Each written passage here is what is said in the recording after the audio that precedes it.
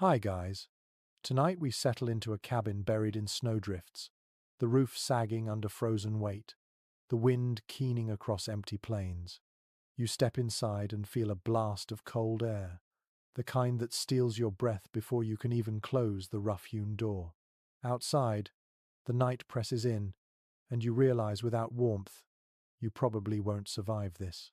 Frontier families didn't just face discomfort, they lived with the constant awareness that a single bitter night could undo them. So, before you get comfortable, take a moment to like the video and subscribe, but only if you genuinely enjoy what I do here. And while you're at it, let me know your location and local time in the comments. Now, dim the lights. You crouch down in this one-room cabin, hearing the crunch of snow still clinging to your boots. The smell of resinous pine logs lingers where someone cut firewood earlier. Shadows stretch across rough timber walls. Families like this had no central heating, no radiators humming in the corner, just stone hearths, smoky chimneys, and the constant hope that embers would last until dawn. You press your palms together and exhale, imagining the sting of frost inside your chest, the ache of trying to breathe while icicles form on window panes. The mainstream fact is plain. Pioneers and settlers in North America regularly endured winter nights when temperatures dropped far below freezing. Yet their cabins, hastily built of logs or sod, rarely sealed tight. No insulation, no glass windows, just gaps that let in drafts sharp as knives. Quilts, blankets, and sheer stubbornness stood between them and frostbite. And still, historians still argue whether those families actually managed comfortable sleep at all, or whether nights were spent half awake, shivering, turning like rotisserie chickens to keep both sides from stiffening. You glance toward a corner where a straw mattress rests. No plush bedding here, just dried grasses laid on wooden boards, sometimes stuffed in a ticking sack. The faint rustle might hide mice, another unwelcome roommate. But against the unforgiving chill, even this scratchy bedding felt like a gift. Families layered blankets, feather quilts if they were lucky, sometimes even animal hides, piling everything heavy enough to pin sleepers down. Now, picture the quirky tidbit. Archaeologists have found accounts of settlers mixing cow dung with clay to plaster cabin walls. Not exactly glamorous interior design, but this crust sealed cracks and kept freezing wind at bay. You can almost smell it, earthy and acrid, a strange comfort when survival came first. As you shift your gaze to the hearth, a faint glow of embers pulses, casting red veins of light across the cabin floor. You imagine lying close, cheek pressed against the warmth radiating from the stones. But there's danger too. Sparks could leap onto bedding, and smoke often filled the room, stinging eyes, coating lungs. Winter nights carried not only cold but the constant gamble of fire. The frontier night is loud in its silence. Outside, wolves yip faintly in the distance, their calls riding the icy wind. Inside, children whisper lullabies, voices thin with sleep and shivers. The adults pull them closer, everyone pressed shoulder to shoulder. You hear the rasp of breath, the muffled cough, the creak of wooden joints under too many bodies on one frame. Imagine now stepping out briefly into the darkness. Your boots crunch hard, the snow almost glowing under moonlight. You tilt your head back, watching stars scatter like frozen sparks across the sky. The air slices into your lungs, and for a moment you feel the fragile miracle of simply being warm enough to stand here. Then, teeth chattering, you rush back in, slamming the door against the night. Frontier families carried this nightly rhythm, banking fires, piling bedding, huddling close. Parents listened for the telltale silence that meant embers had died, then dragged themselves from bed to stir the hearth, coaxing faint orange to life again. And still, morning often arrived with frozen water pails, frost tracing delicate lace over window shutters, and children reluctant to leave their fragile cocoons. So, as you lie back and let the cabin's shadows fold over you, you can almost feel what it was to sleep through the coldest nights without freezing to death. It wasn't luxury, It was endurance, invention, and togetherness stitched into every weary breath.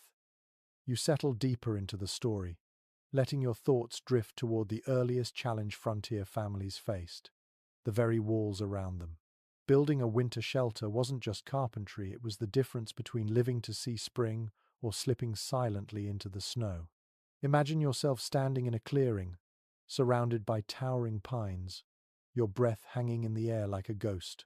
You've got nothing but an axe, rough hands, and maybe a neighbor or two to help. How do you create a home that won't betray you when the blizzard comes rattling at the door? The mainstream historical fact is this: log cabins became the quintessential structure of frontier survival in early America.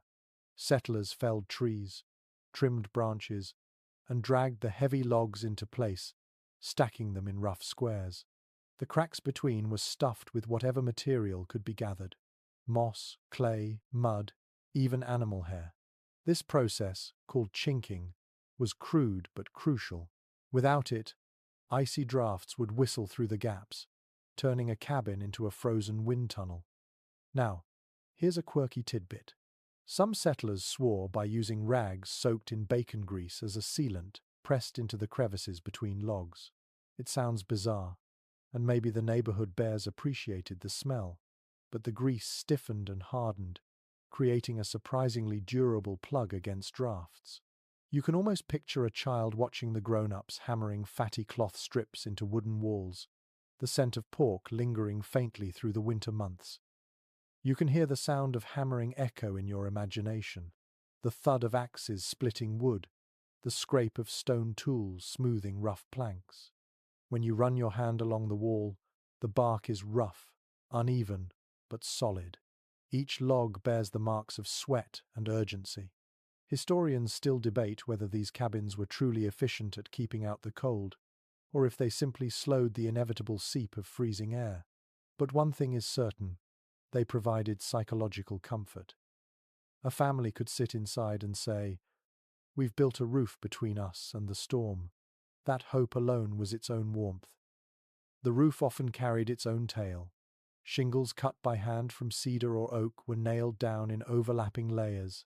Some families, lacking nails or proper tools, weighted the shingles with stones or tied bundles with rawhide. If snow piled too heavy, the roof groaned under its burden and sometimes collapsed entirely. Imagine lying in bed, listening to the creaks above, praying that the sound stayed steady instead of snapping in the night. Inside, the floor was often nothing more than the bare earth. Some households tamped it down with heavy stones, smoothing it until it became hard as concrete. Others laid flat boards, if the family had the tools and time. You crouched down and touched that cold surface, realizing how quickly it must have sucked warmth from toes and blankets. Families spread straw or rushes, sometimes even layered dried leaves beneath rugs to make a buffer. Each addition was an act of defiance against the earth's chill. Think of the sheer time investment. It could take weeks to raise a cabin, even with help. And yet, the settlers knew they had no choice. Winter wasn't patient. You picture a family racing against the shortening days of autumn, children gathering moss for chinking, mothers stirring big pots of stew over outdoor fires, fathers hauling logs until shoulders ached. The pace wasn't optional. The cold would arrive whether they were ready or not. Now, let's pause for a moment of sensory imagination. You step outside, brushing sawdust from your coat, and the air is sharp enough to make your nostrils sting. All around you, the forest hums with silence, broken only by the crack of splitting wood. You can almost smell the pine sap, sticky and resinous, mixed with the earthy tang of freshly dug clay. There's no hum of traffic, no glow of streetlights, just you, the cabin, and the creeping certainty of winter pressing closer each day. One odd practice, whispered in some settlers' journals, tells of lining cabin interiors with newspapers when they could be spared. Not for reading, but for insulation. Whole pages of local gazettes were pasted against walls, creating a strange collage of headlines, sermon notes, and lost and found ads that doubled as a barrier against wind. It must have looked like a patchwork museum exhibit. By candlelight, Children sometimes traced the printed letters before bed, eyes heavy with sleep, as the news became both decoration and shield. Historians still argue whether early frontier families borrowed more techniques from indigenous neighbors than their own traditions admitted. Many native groups had centuries of knowledge about building snug shelters in freezing climates, from bark-covered wigwams to earth lodges. Some settlers learned and adopted ideas, like packing snow against the base of cabins to block drafts. Yet in letters and journals, these borrowings were often downplayed, as if acknowledging them undermined the settlers' pride in self-reliance. Still, the fingerprints of shared knowledge are visible if you look closely. At night, once walls stood firm and the roof sealed overhead, the family would gather by the fireplace. The cabin's corners might still sigh with cold air, but the logs now stood as sentinels against the storm. You listen as a child giggles under a quilt, while the father checks the chinking by candlelight, pressing more moss into any suspicious cracks. The mother sets down a basket of wool socks by the hearth, her hands red from washing them in icy water. Every detail feels humble, ordinary, yet stitched together into a tapestry of survival. Imagine what it felt like that first night in a brand new cabin. After weeks of work, after endless worry, the family finally lies on straw pallets, quilts tucked high. The walls creak but hold. The wind howls outside, but no longer slices directly across their faces. A faint fire glows, casting shadows like soft brushstrokes across log walls. For the first time, they can close their eyes without watching for snow piling directly on their blankets. That moment of relief must have tasted sweeter than any luxury. The quirky details don't end there. In some frontier diaries, you read about families who painted the insides of their cabins with milk and lime, partly for brightness, partly because they believed it discouraged insects and rot. The pale wash reflected candlelight, making rooms feel less gloomy, and perhaps, at least psychologically, warmer. You picture flickering light bouncing off whitewashed logs, transforming a cramped cabin into a small, glowing sanctuary against the dark wilderness outside. But even as you admire this ingenuity, you remember the fragility. Fire could undo all that effort in an instant. A single spark onto a straw mattress could send flames racing up the log walls, undoing months of work and leaving only ashes in the snow. Families slept with one ear tuned to the crackle of the hearth, grateful for its warmth yet wary of its danger. Survival on the frontier was always a gamble. Victory one night didn't guarantee the next. Still, as you imagine lying back on that rough mattress, the cabin's walls steady around you, there's a kind of peace in the thought. Yes, the logs are uneven, the air still sharp, the bedding thin, but you know without these walls you wouldn't last the night. The cabin isn't just wood and moss, it's hope nailed together by calloused hands, and that hope keeps you alive. You settle further into the story, the cabin now standing sturdily in your mind's eye, its walls braced against the winter storm. Beneath your boots, you feel the floor packed from earth, hard and unyielding, but softened by the creative touches of those who called this place home. Sleeping arrangements on bare soil may sound miserable to you today, but on the frontier, people adapted with quiet determination. They discovered that even the humblest of coverings, straw, rushes, or worn textiles, could make the difference between misery and tolerable rest.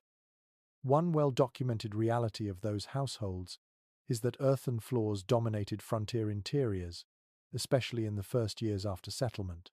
Cutting planks required sawmills, and sawmills required time, tools, and a community with resources. Families in isolated regions simply couldn't manage it. So, they tamped down soil, watered it, and beat it firm until it became nearly as smooth as stone. It wasn't elegant, but it was functional, and it absorbed the daily pounding of boots, livestock hooves, and children's bare feet. At night, when temperatures plummeted, this earth floor radiated cold like a vast stone slab, seeping through bedding unless countered by clever insulation. One unusual practice worth noting: families sometimes spread fresh straw across the dirt floor not just for cushioning but for its insulating quality. Every week or two, the straw was replaced, becoming a cycle of fresh scents mingling with smoke and cooking. Imagine the faint rustle underfoot as children tiptoe across the room, straw crunching softly in the dim candlelight. Over time, this bedding wasn't just comfort, it became a kind of hygiene measure too, soaking up spills and ash. Of course, mice and insects found it delightful as well, darting beneath the layers like unwanted roommates. Researchers remain divided on the question of how clean these makeshift floors actually remained. Some diaries describe weekly rituals of sweeping out the straw and replacing it with bundles tied from nearby fields. Others hint at longer stretches of neglect, when the floor grew damp, dusty, or even alive with tiny scuttling shapes. Which version was more typical? The truth probably varied from cabin to cabin, shaped by the energy and health of each family. Now picture the sleeping surface itself, sacks stuffed with straw or corn husks laid out on the ground.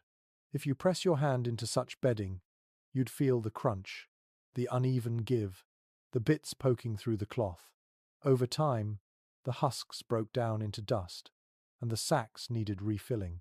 It wasn't exactly a luxury mattress, but to settlers, it was better than lying straight on frozen soil. Those who were lucky enough to own sheep sometimes mixed in wool. Those near marshes harvested reeds. Families innovated with whatever the landscape offered. The sensory details of such an arrangement were vivid. Imagine drifting off to sleep with the scent of dry grass lingering in your nose, the sound of straw shifting as your family shifted beside you. In the dark, you'd hear the faint squeak of mice nosing around, or the hiss of wind pressing against the chinked walls. Every movement in the night reminded you of your closeness to the raw earth. Curiously, some settlers even rubbed oil or animal fat into the packed floor, a trick borrowed from older European peasant homes. This created a smoother, somewhat shinier surface that resisted dust. Children sometimes skated toy pebbles across it, pretending it was ice. The faint gleam by candlelight made the one-room dwelling feel a fraction more finished, almost civilized amid the wilderness. Meanwhile, the bedding arrangements grew inventive. Families often slept in layers, first a sack of straw on the floor, then a quilt, then everyone piled together under heavy blankets. If the house had a bed frame, it was usually reserved for the parents, while children lay on pallets of straw nearby. The closeness wasn't just emotional, it was thermal engineering. More bodies meant more heat, and more heat meant a better chance of waking up alive. Debates still swirl around whether this arrangement was truly effective. Did huddling together on straw over an earthen floor save lives in the long term? Some historians suggest that yes, body heat and layers kept most families safe. Others argue that illness and dampness from the ground may have offset the benefits. Frontier memoirs reflect both stories. Some recall nights of snug security, others of coughing children and aching bones from the chill. And yet, these homes didn't stand still in their ingenuity. As soon as nails or saws were available, many households improved their floors. Split logs were laid flat, sometimes called puncheon floors, rough but raised above the earth. Families without tools used packed clay, smoothed with water and ashes. Over time, they upgraded again, adding planks, then rugs, then feather beds if fortune smiled. The progression tells a story of gradual comfort, step by step away from raw survival. Still, there was a kind of intimacy in those early years.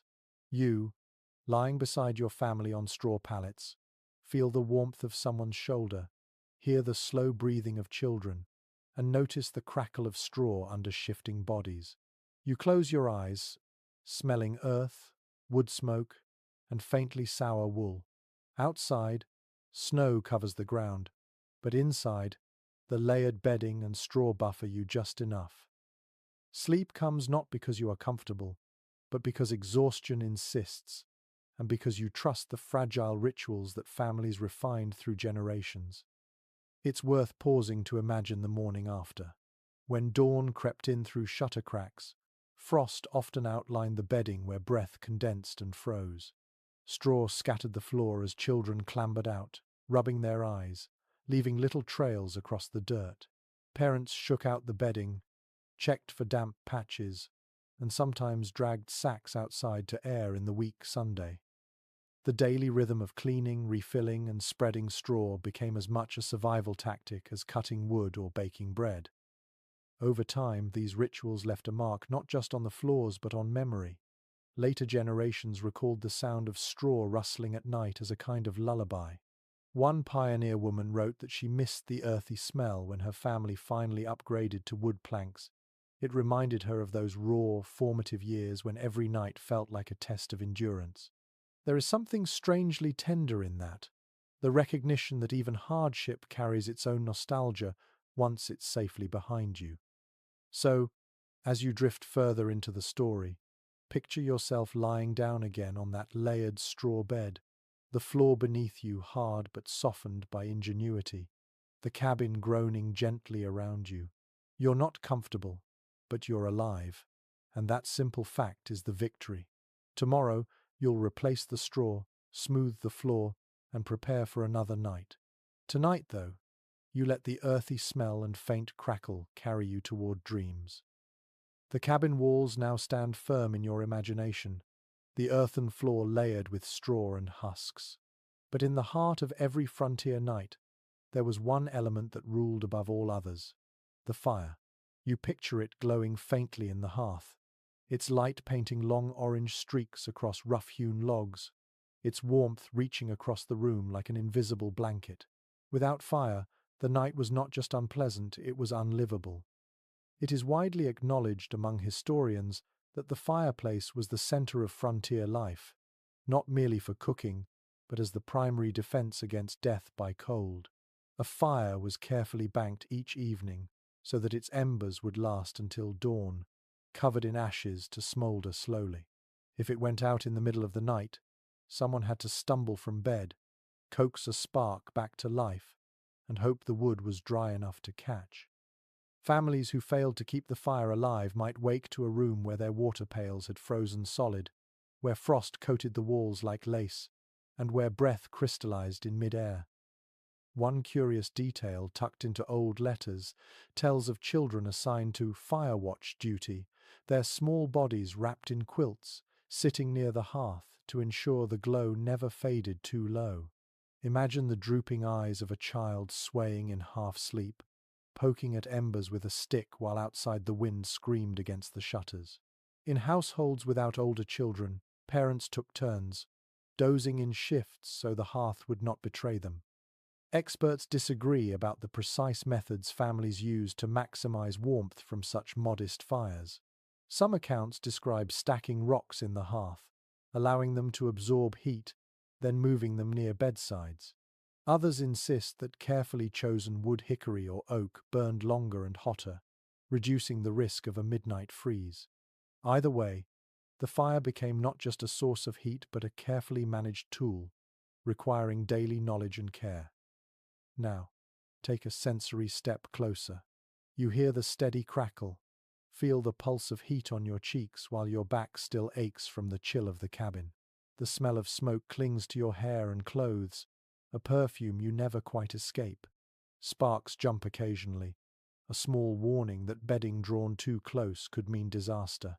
You can almost hear the coughing of children inhaling smoky air, their lungs raw yet their bodies warmer than they would have been otherwise. Some families grew inventive with their hearths. One unusual practice was to rake ashes into a mound at the back of the fireplace, then bury glowing coals beneath. This created a slow-burning heat source that could be revived in the morning. Others learned to position a flat iron or brick on the hearth, heating it, then wrapping it in cloth and slipping it between quilts. These glowing stones carried warmth into the deepest hours of night, radiating comfort where firelight could not reach. There is ongoing debate among researchers about whether chimneys of early cabins helped or hindered survival. Poorly built stone chimneys leaked heat as quickly as they funneled smoke away, and some collapsed under snow or wind. Others argue that without chimneys, smoke buildup would have suffocated families long before frostbite could. Perhaps the truth lies somewhere in between. Survival meant balancing risk smoke, stung eyes, and coughing throats against the chill that could stop a heart. Imagine for a moment the sounds surrounding you in such a night. The fire pops, wood shifts, a log sighs into flame. Beyond that silence, outside, snow muffles the landscape, muting the cries of owls and coyotes. Inside, every sound is magnified. The scrape of a poker against stone, the whisper of quilts shifting, the slow, steady breathing of sleepers clumped together. The hearth is not just heat but company, a living heartbeat in the middle of the room. One little-known custom among settlers was arranging sleeping spots in a circle around the fireplace, like spokes radiating from a wheel. Children closest, adults behind, older grandparents furthest away where drafts crept in. The logic was simple. Bodies that needed heat most were guarded by those with greater resilience. This image of rings of humanity, heads toward the flames and feet toward the cold walls, is haunting and strangely beautiful. At times, desperation led to risky experiments. Diaries mention attempts to burn green wood, which hissed and smoked but refused to yield much heat. Others describe gathering dried dung from cattle or buffalo, burning it slowly like coal. The smell was acrid, filling the cabin with a bitterness that clung to clothes and hair. Yet, when temperatures plunged, people burned what they had, preferring stench to silence. Morning often told the tale of how well the fire had served. If embers still glowed under ash, the day began with gratitude. If the hearth lay cold and dead, the family scrambled for flint and steel, striking sparks onto charred cloth or tinder. Failure meant trudging through snow to a neighbor's cabin, begging for a glowing coal to carry home in a covered pan. You can almost feel the humiliation-grown men pleading for a scrap of someone else's fire, their pride bent under the weight of survival. Yet there was comfort too.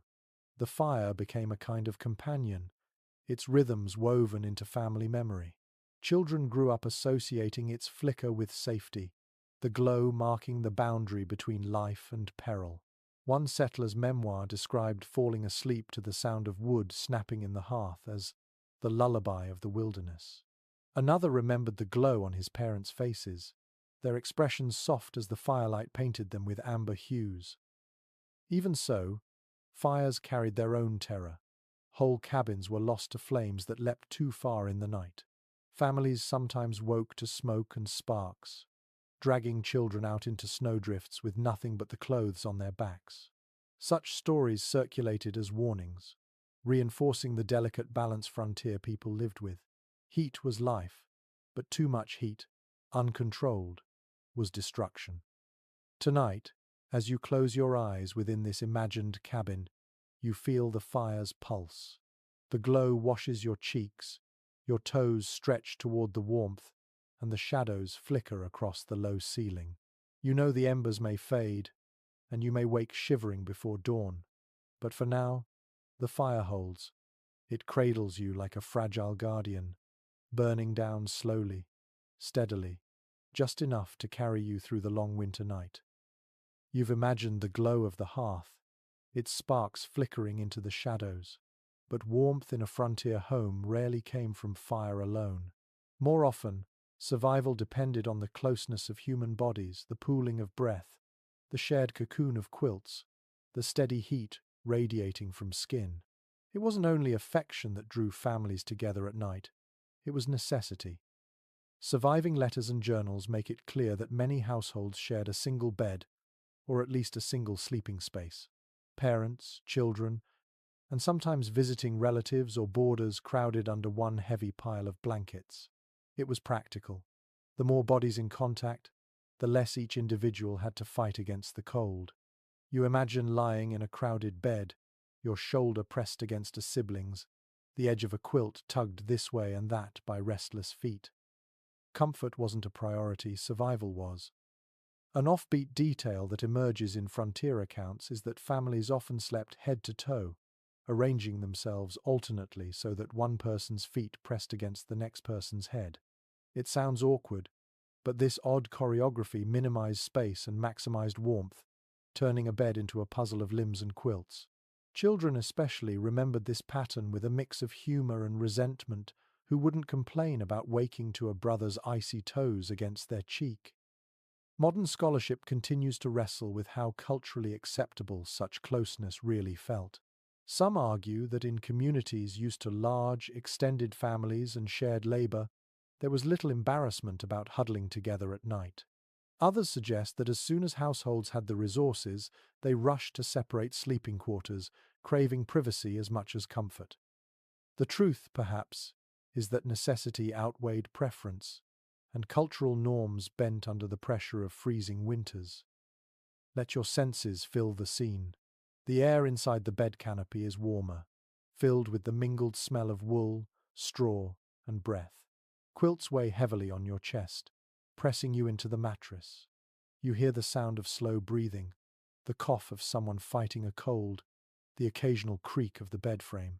Outside, wind claws at the shutters, but inside, the nest of bodies feels like a single organism, every heartbeat contributing to the fragile warmth. Curiously, some households included not just family but hired hands or neighbors in this shared sleep. A traveler might be invited to squeeze into a bed if storms made the journey home impossible. Hospitality in such times wasn't just kindness, it was the only way to ensure everyone made it through the night. Imagine the awkward politeness of strangers sliding under the same quilt, the first minutes filled with stiff silence before fatigue and cold erased boundaries. Folklore and memory preserve stories of children whispering to each other in the dark, inventing games to distract from the numbness creeping into their toes. They told riddles, sang snatches of songs, or listened to tales whispered by parents about warmer lands. These nighttime rituals became part of the fabric of survival, shared warmth wrapped not only in quilts but also in words. There's still disagreement among researchers about just how common multifamily sleeping really was. Some diaries mention it constantly, while others insist on separate pallets or lofts. Geography played a role. In harsher northern climates, communal beds were more likely, while in milder regions, families sometimes risked the luxury of space. The debate underscores how flexible survival strategies could be, bending to the demands of weather, resources, and culture. Now, picture the quilt itself. Heavy, patchworked, stitched from scraps of old dresses, coats, or flour sacks. Feathers, if available, puffed its interior, but more often it was simply layer upon layer of fabric, sewn tight. You run your fingers over uneven stitches, each one a mark of care. These blankets weren't bought in stores, they were survival tools made by hands that knew cold all too well. One unusual practice, recalled in Scandinavian immigrant families, was to hang fur pelts over quilts, creating a final shield against icy air. Deer hides, bear skins, or even sheep fleeces turned into makeshift duvets. The smell of animal lingered in the fibers, mingling with smoke and sweat, but the warmth was undeniable. Children sometimes fought over who got the good fur, the one that smelled less pungent or felt softer to the touch. The intimacy of these arrangements carried psychological weight. In the darkest nights, pressed so closely together, families found reassurance. Even when the wind howled outside, even when snow drifted high against the door, they had each other's heat. That bond, forged by survival, shaped memories of childhood for decades to come. Some memoirs recall those nights with nostalgia. I never felt so safe as when all of us lay together beneath the quilts. Others remembered it with relief when independence finally came. I vowed that once I had my own house, I'd never sleep another night with someone's elbow in my ribs. Imagine the morning scene. The fire is little more than ash, and the quilt is damp from condensed breath. You stretch stiff limbs, trying to peel away from the knot of bodies without waking everyone. The air outside the quilt hits like a slap, cold and merciless. Quickly, you scramble to pull on socks and wool caps, your breath clouding in the dim room. And yet, beneath the discomfort, there's gratitude. You are alive, and so is everyone you shared the bed with. Perhaps the most striking thought is how these arrangements blurred the line between affection and strategy. You weren't cuddling because you felt romantic. You were layering warmth like living blankets. You weren't telling stories to pass time, you were distracting children from the bite of the cold. Each touch, each whispered word, each sigh under heavy quilts was a calculated act of endurance, stitched seamlessly into family life. As you sink into this image, let yourself feel the press of those quilts, the weight of shared breath, and the small miracle of body heat keeping frost at bay. It isn't glamorous, it isn't private, but it is survival. And in the stillness of the night, it is enough. You linger in that crowded bed for a moment longer, quilts piled high, bodies pressed close, until you notice the stitching and the fabric itself. Those layers weren't simply bought, they were earned, stitched, patched, and repurposed from every scrap a household could muster.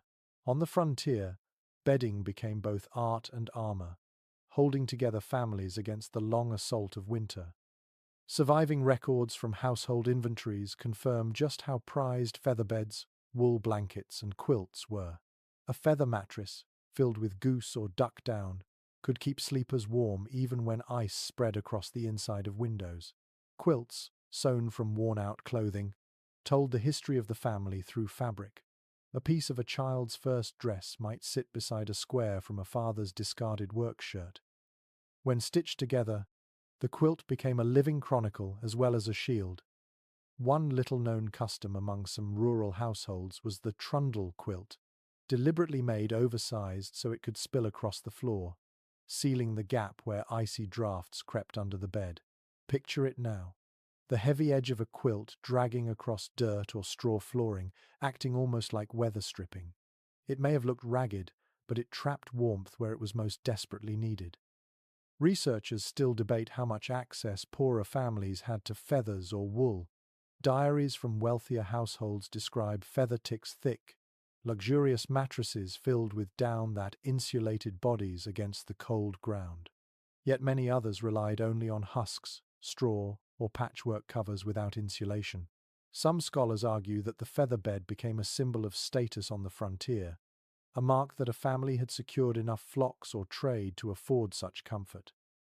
Let your senses explore the bedding more closely. Run your hands over a quilt's uneven stitches, the fabric softened by years of use. The smell is a blend of smoke from the fire, soap from the occasional wash, and the faint mustiness of damp cloth that never quite dries in winter. When you slide under it, the weight presses you down comfortingly, cocooning you against the drafts that prowl the corners of the room. Curiously, in certain immigrant traditions, quilts carried spiritual meaning as well as physical warmth. Scandinavian families sometimes embroidered protective symbols into the corners, believing the stitching warded off misfortune during the long nights. German settlers spoke of spirit threads, bits of red yarn woven through quilts to guard children from illness. These details remind you that bedding wasn't only a practical tool, it was woven with memory, belief, and a kind of quiet magic. Imagine lying beneath such a quilt while snow rattles against the shutters. The fabric feels heavy, almost immovable, pinning you into a safe cocoon. Children wriggle beneath it like restless kittens, feet kicking, bodies twisting, while parents murmur for stillness. The closeness makes every sound louder, a sigh, a cough, the whisper of fabric shifting. And yet, the quilt muffles the worst of the cold, turning a fragile log cabin into a semblance of home. Experts disagree about just how often families manage to keep bedding dry. Some argue that in tightly sealed cabins, smoke and condensation made quilts perpetually damp, their insulation weakened by moisture. Others insist that careful drying near the hearth restored warmth each day. Perhaps both are true. Some nights quilts clung to sleepers with clammy heaviness, while other nights they crackled with dry warmth straight from the fire. There's something poignant about the image of children snuggling beneath a quilt, stitched from scraps of their parents' clothing. One memoir recalls a daughter recognizing her mother's faded dress sleeve sewn into a patch near her face. "I kissed it good night, for I knew no one else had ever worn it but her." That intimacy, of fabric carrying memory, blurred the line between comfort and survival. Oddly enough, some households used bedding for barter. A quilt could be traded for food or tools. though such exchanges left a family more vulnerable. Imagine the pain of giving up the very quilt that kept your children warm, hoping in return to feed them through the next week. Each piece of bedding carried enormous value, both practical and emotional. In sensory terms, the bedding often smelled strongly of whatever household chore it had last endured. Quilts reeked faintly of wood smoke, wool blankets of lanolin, featherbeds of musty down. Over time, these scents became inseparable from the experience of winter nights. To the modern nose, it might seem pungent or unpleasant. To those families, it was simply the fragrance of survival. Even the act of making bedding shaped community life. Quilting bees, gatherings where women stitched together patchwork, became moments of social bonding, swapping stories and songs while their hands worked. The finished quilt represented not just protection, but also the collective labor of friends and neighbors. In this way, warmth was literally stitched by many hands, a communal effort against the loneliness of winter. Picture the rhythm of such a gathering, the scrape of needles pulling thread, the laughter echoing in a chilly room, steam rising from mugs of cider. Children ran underfoot while adults bent over fabric, creating patterns that would soon lie across beds in snowbound cabins. The quilt that resulted carried those voices within its stitches, every square a reminder that no family faced the frontier entirely alone.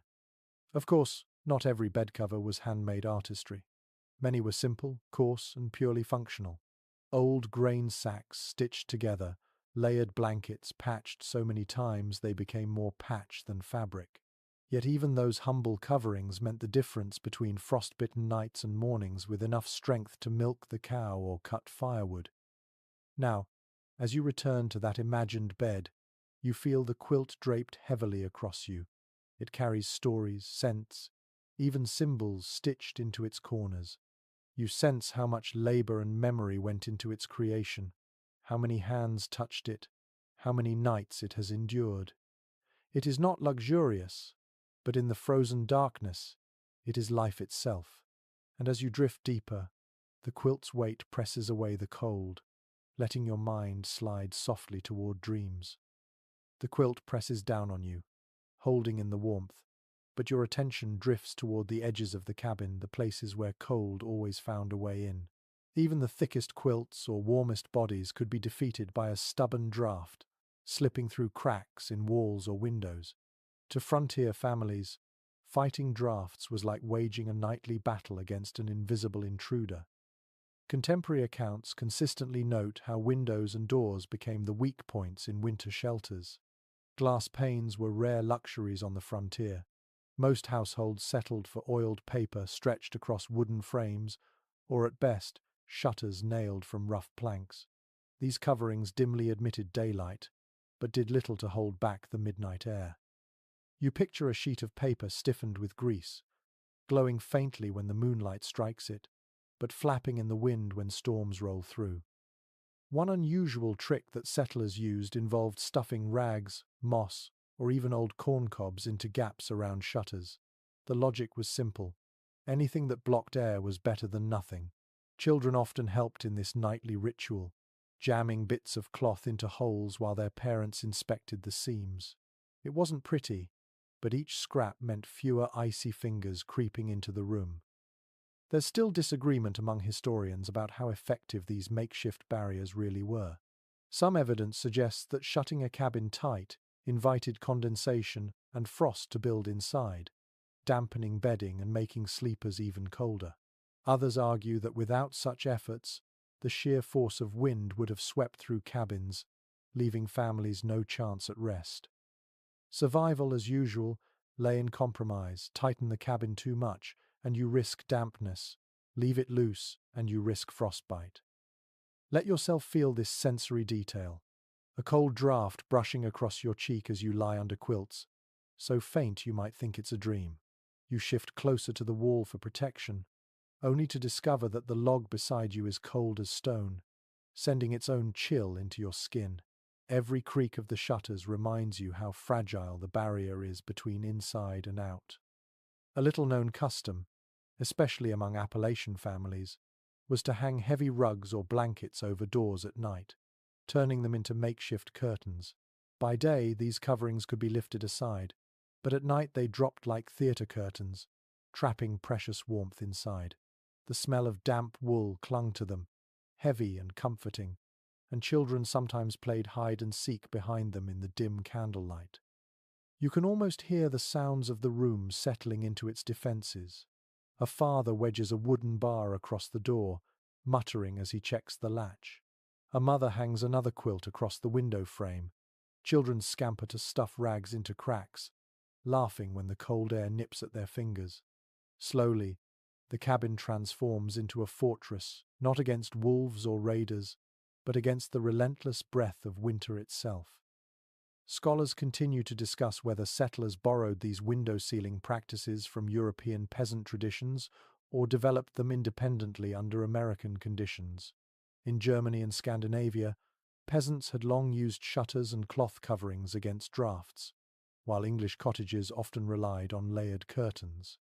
The blending of immigrant habits with frontier improvisation makes it difficult to trace the exact origins, but the result was unmistakably practical. Anything that plugged a hole kept a family alive. In sensory terms, the sealed windows carried their own atmosphere.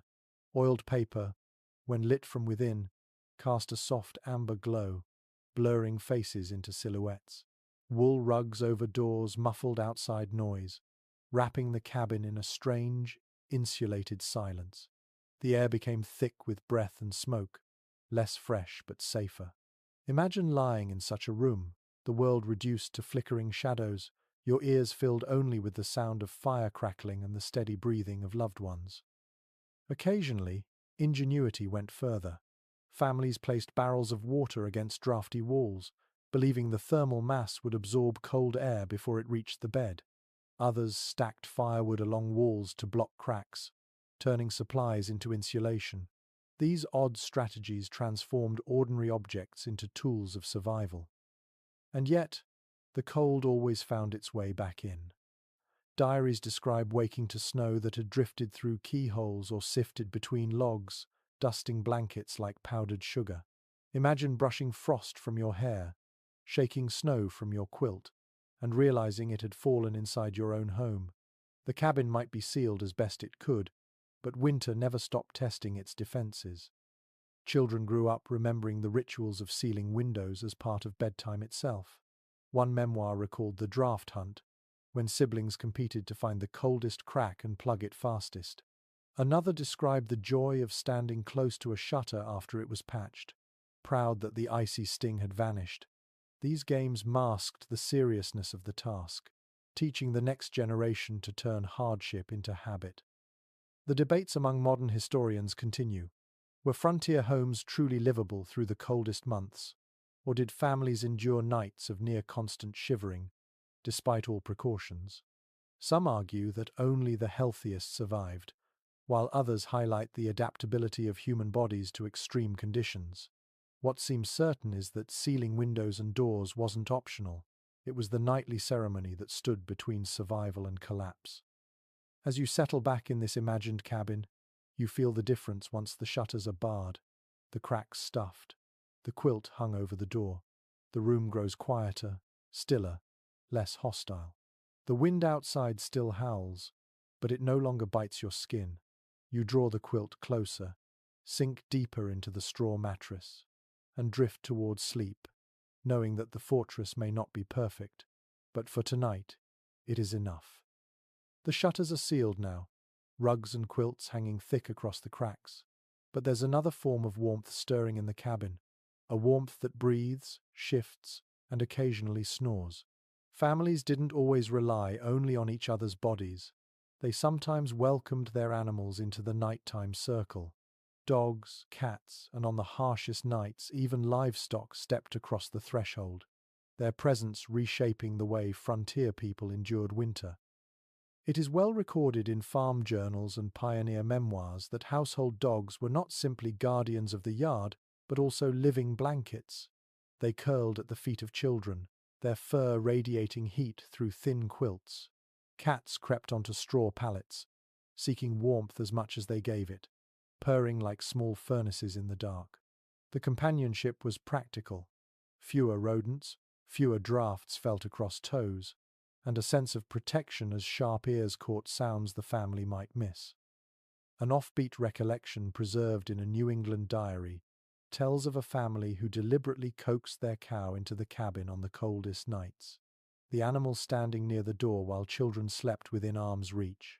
The smell must have been powerful, the space cramped beyond belief, yet the heat from a full-bodied creature outweighed the inconvenience. "We shared the winter with our Bessie," the farmer's daughter wrote, "and never were the warmer for it." Researchers remain divided about just how common such practices were. Some argue that bringing animals inside posed too many health hazards, disease, parasites, filth.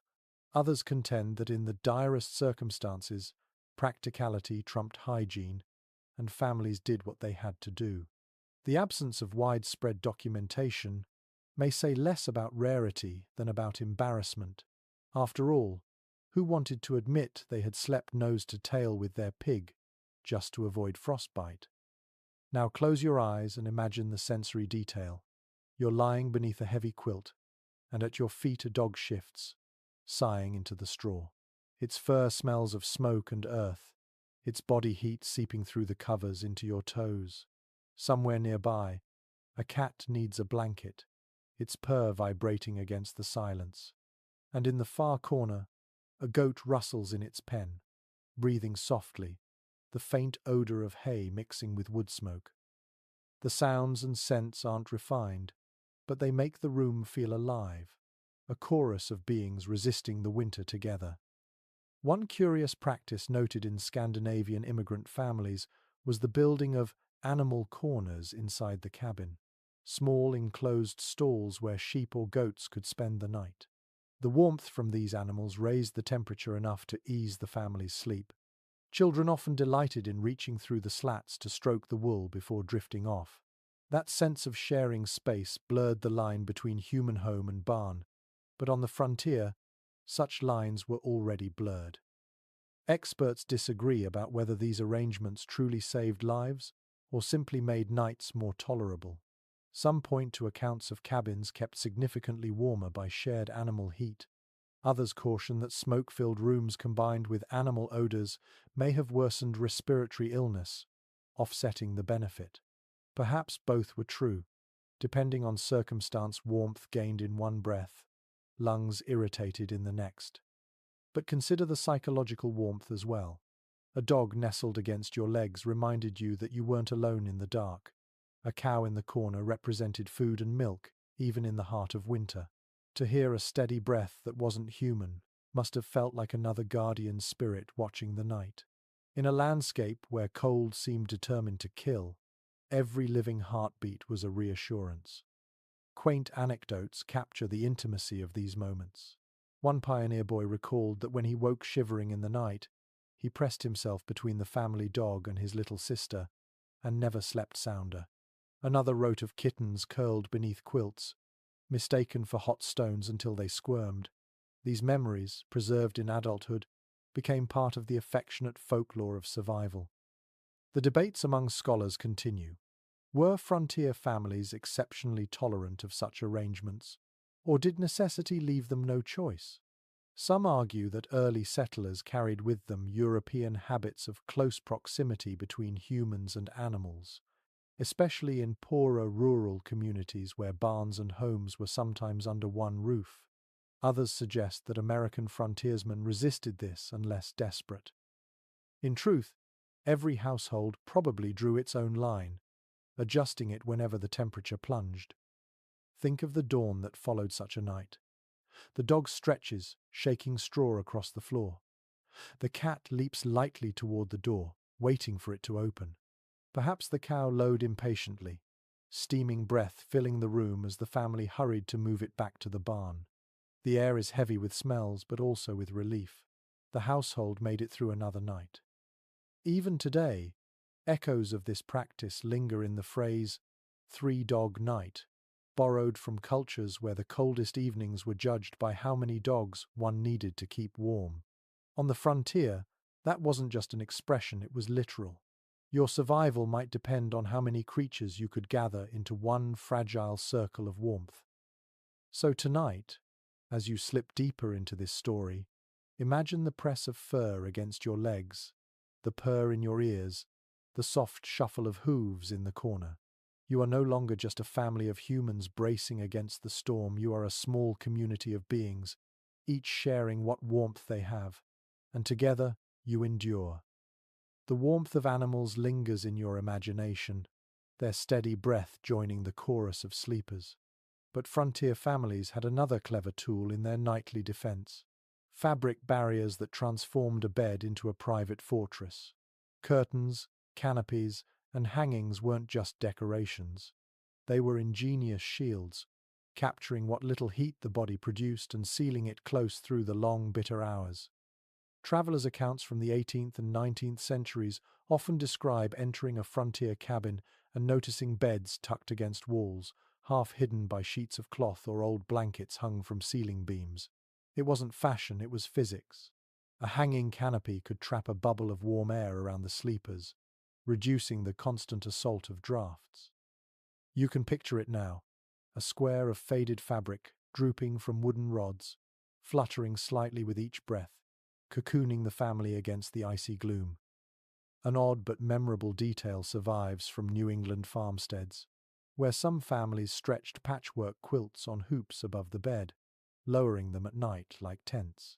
Children especially adored this arrangement, calling it their playhouse, though it was less about play than about keeping noses from freezing. In the morning, when quilts were lifted, warm air spilled out in a rush, leaving everyone reluctant to leave their little cave. There is still disagreement among scholars about how widely bed curtains were used in poorer households. Wealthier families could afford proper canopied frames, complete with heavy drapes woven for the purpose. But settlers improvising with flour sacks, patched sheets, or even animal hides left fewer records. Some historians argue these makeshift hangings were common. Others believe they were luxuries of better, supplied communities. The debate continues, tugging at the fabric of memory, much as families once tugged cloth into place each night. Step closer into this scene. Imagine lying back while a curtain is drawn across your bed, shutting out the dim flicker of the fire.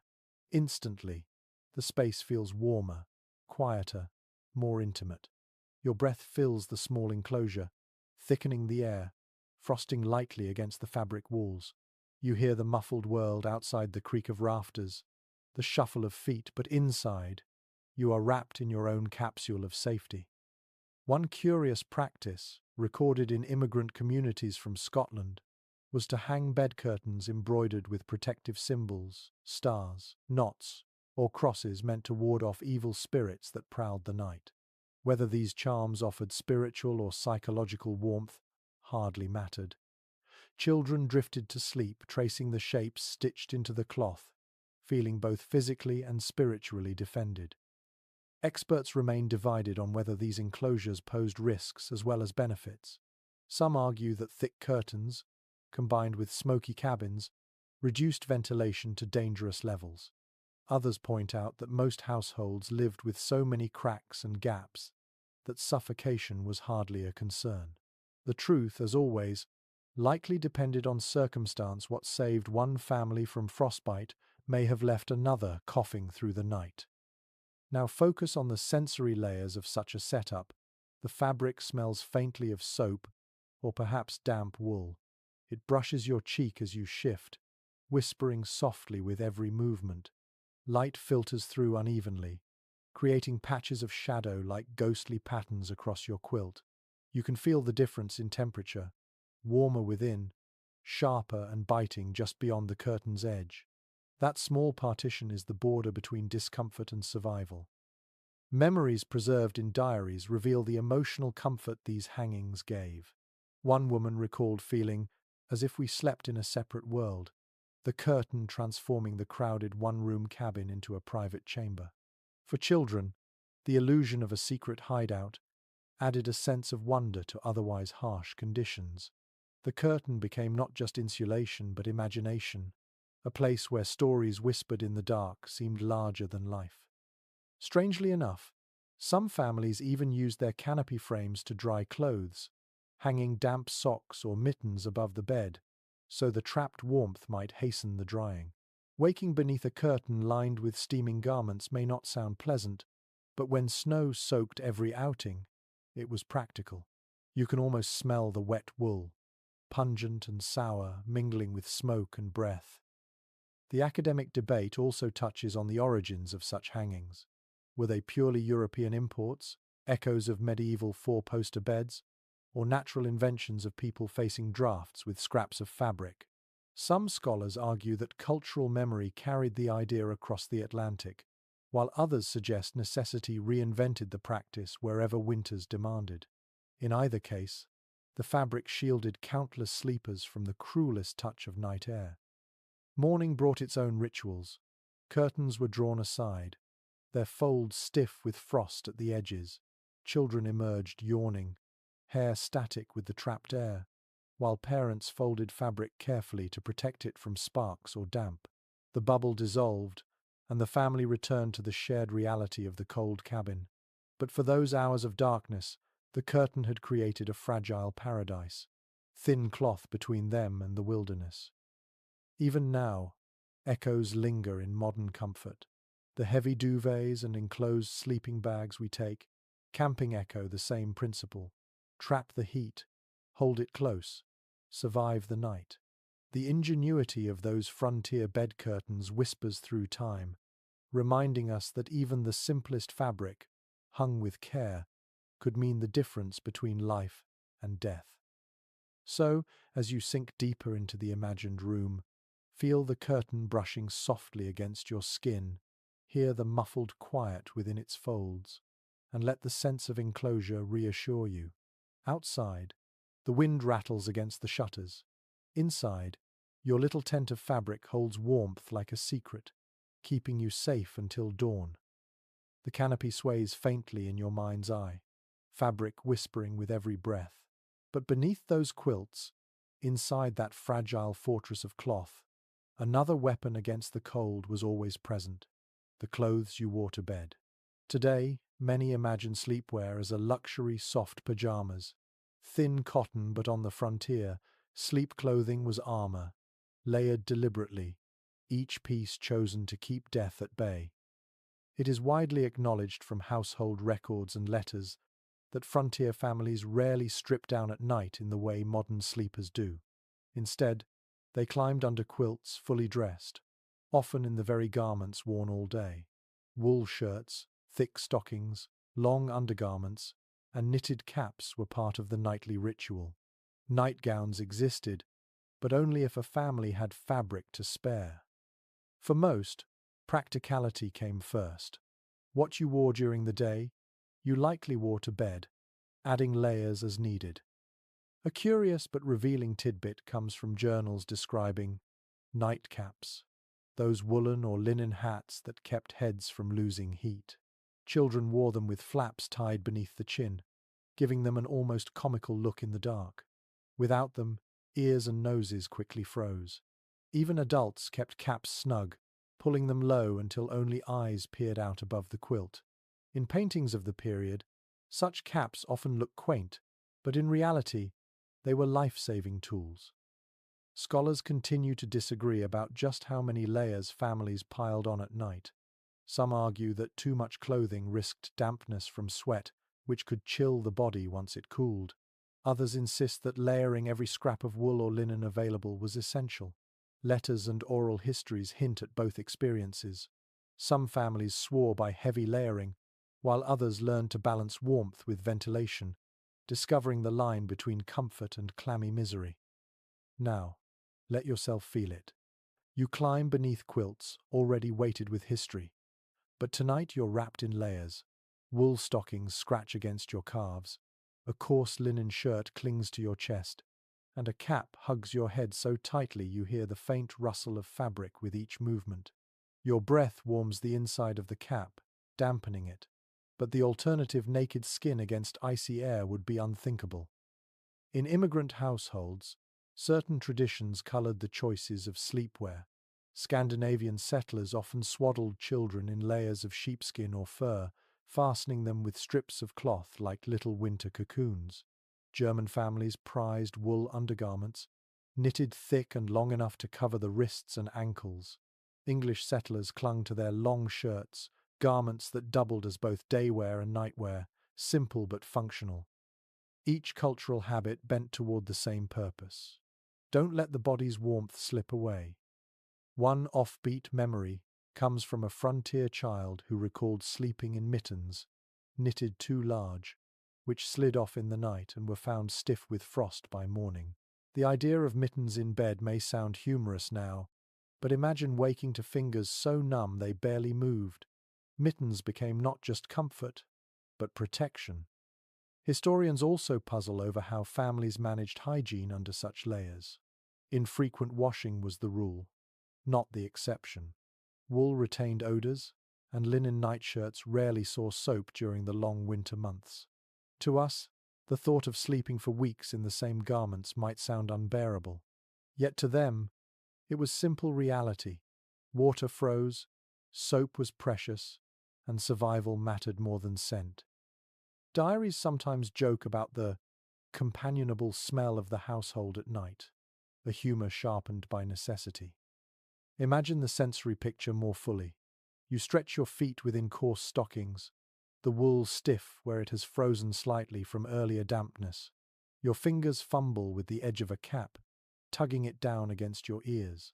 The quilt lies heavy above, but the true shield is what clings closest to your skin.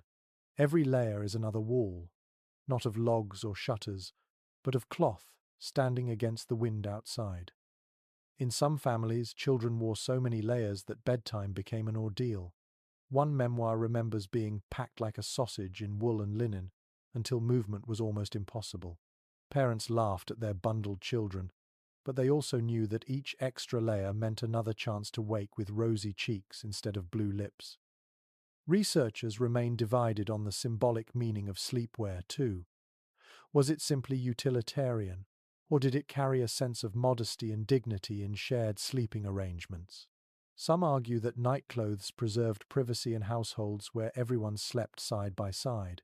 Others believe modesty was a luxury frontier families could not afford, their clothing choices driven purely by necessity. And then there were the improvisations. Old sacks turned into shirts, scraps of fur stitched into makeshift socks, even newspapers wrapped around legs for insulation. One farmer's wife recalled wrapping her children's feet in cabbage leaves before slipping them into stockings, claiming the layers kept frostbite at bay. Whether practical or desperate, such measures remind you how creativity became as vital as wool or feathers. As dawn approached, families stirred stiffly, peeling off night layers with reluctance. Shirts and stockings were stiff with sweat or frost, caps askew, hair flattened beneath them. The first step onto the icy floor made the body shiver, but the knowledge lingered. The clothes had done their job. They had carried you through another night. Now, as you rest in this imagined cabin, you feel the scratch of wool, the heaviness of layers, the odd comfort of a cap pulled low. It isn't glamorous, and it isn't meant to be. It is survival stitched into fabric, worn to bed, because warmth is worth more than beauty. Wrapped so tightly, you drift into sleep, grateful for every coarse thread guarding you against the darkness. The quilt presses heavy against you, your wool cap pulled low, but the fire still glows faintly in the hearth. And here, in the stillness of midnight, another kind of warmth joins the arsenal of survival warmth carried directly into bed. Frontier families discovered that stones, bricks, and even pieces of iron could become little suns if heated in the fire, wrapped carefully and tucked beneath quilts. These glowing bundles might seem simple, but on the coldest nights they meant the difference between restful slumber and hours of bone-deep shivering. Evidence from diaries and household notes makes it clear that the bed warmer was a beloved tool. Some households owned metal pans with long handles, designed to scoop coals and slide them across the mattress before sleep. Others relied on simpler methods, bricks heated in the coals, or flat river stones warmed all day by the fire. Once glowing with heat, these objects were wrapped in cloth, slipped under quilts, and left to radiate comfort through the night. The glow itself didn't last long, but for a few blessed hours it softened the icy air. One curious recollection from a settler's memoir mentions potatoes baked in the hearth, then tied in cloth and carried to bed. Children clutched them like dolls, warming small hands as they drifted off. By morning, the potatoes were cold and shriveled, but still edible, a practical blend of supper and survival. The detail might raise a smile now, but to those families it was a clever merging of food and heat in a world that offered little of either. Researchers are still divided over how widespread such practices were. Some argue that only households with surplus firewood or iron tools could afford to waste fuel on heating stones. Others suggest the custom was nearly universal, since even the poorest cabins had access to rocks and a hearth. What is certain is that stories of hot bricks and bed warmers appear across regions, suggesting a survival tactic as old as the cold itself. Let yourself imagine the sensory experience. A brick wrapped in cloth is slid beneath your quilt.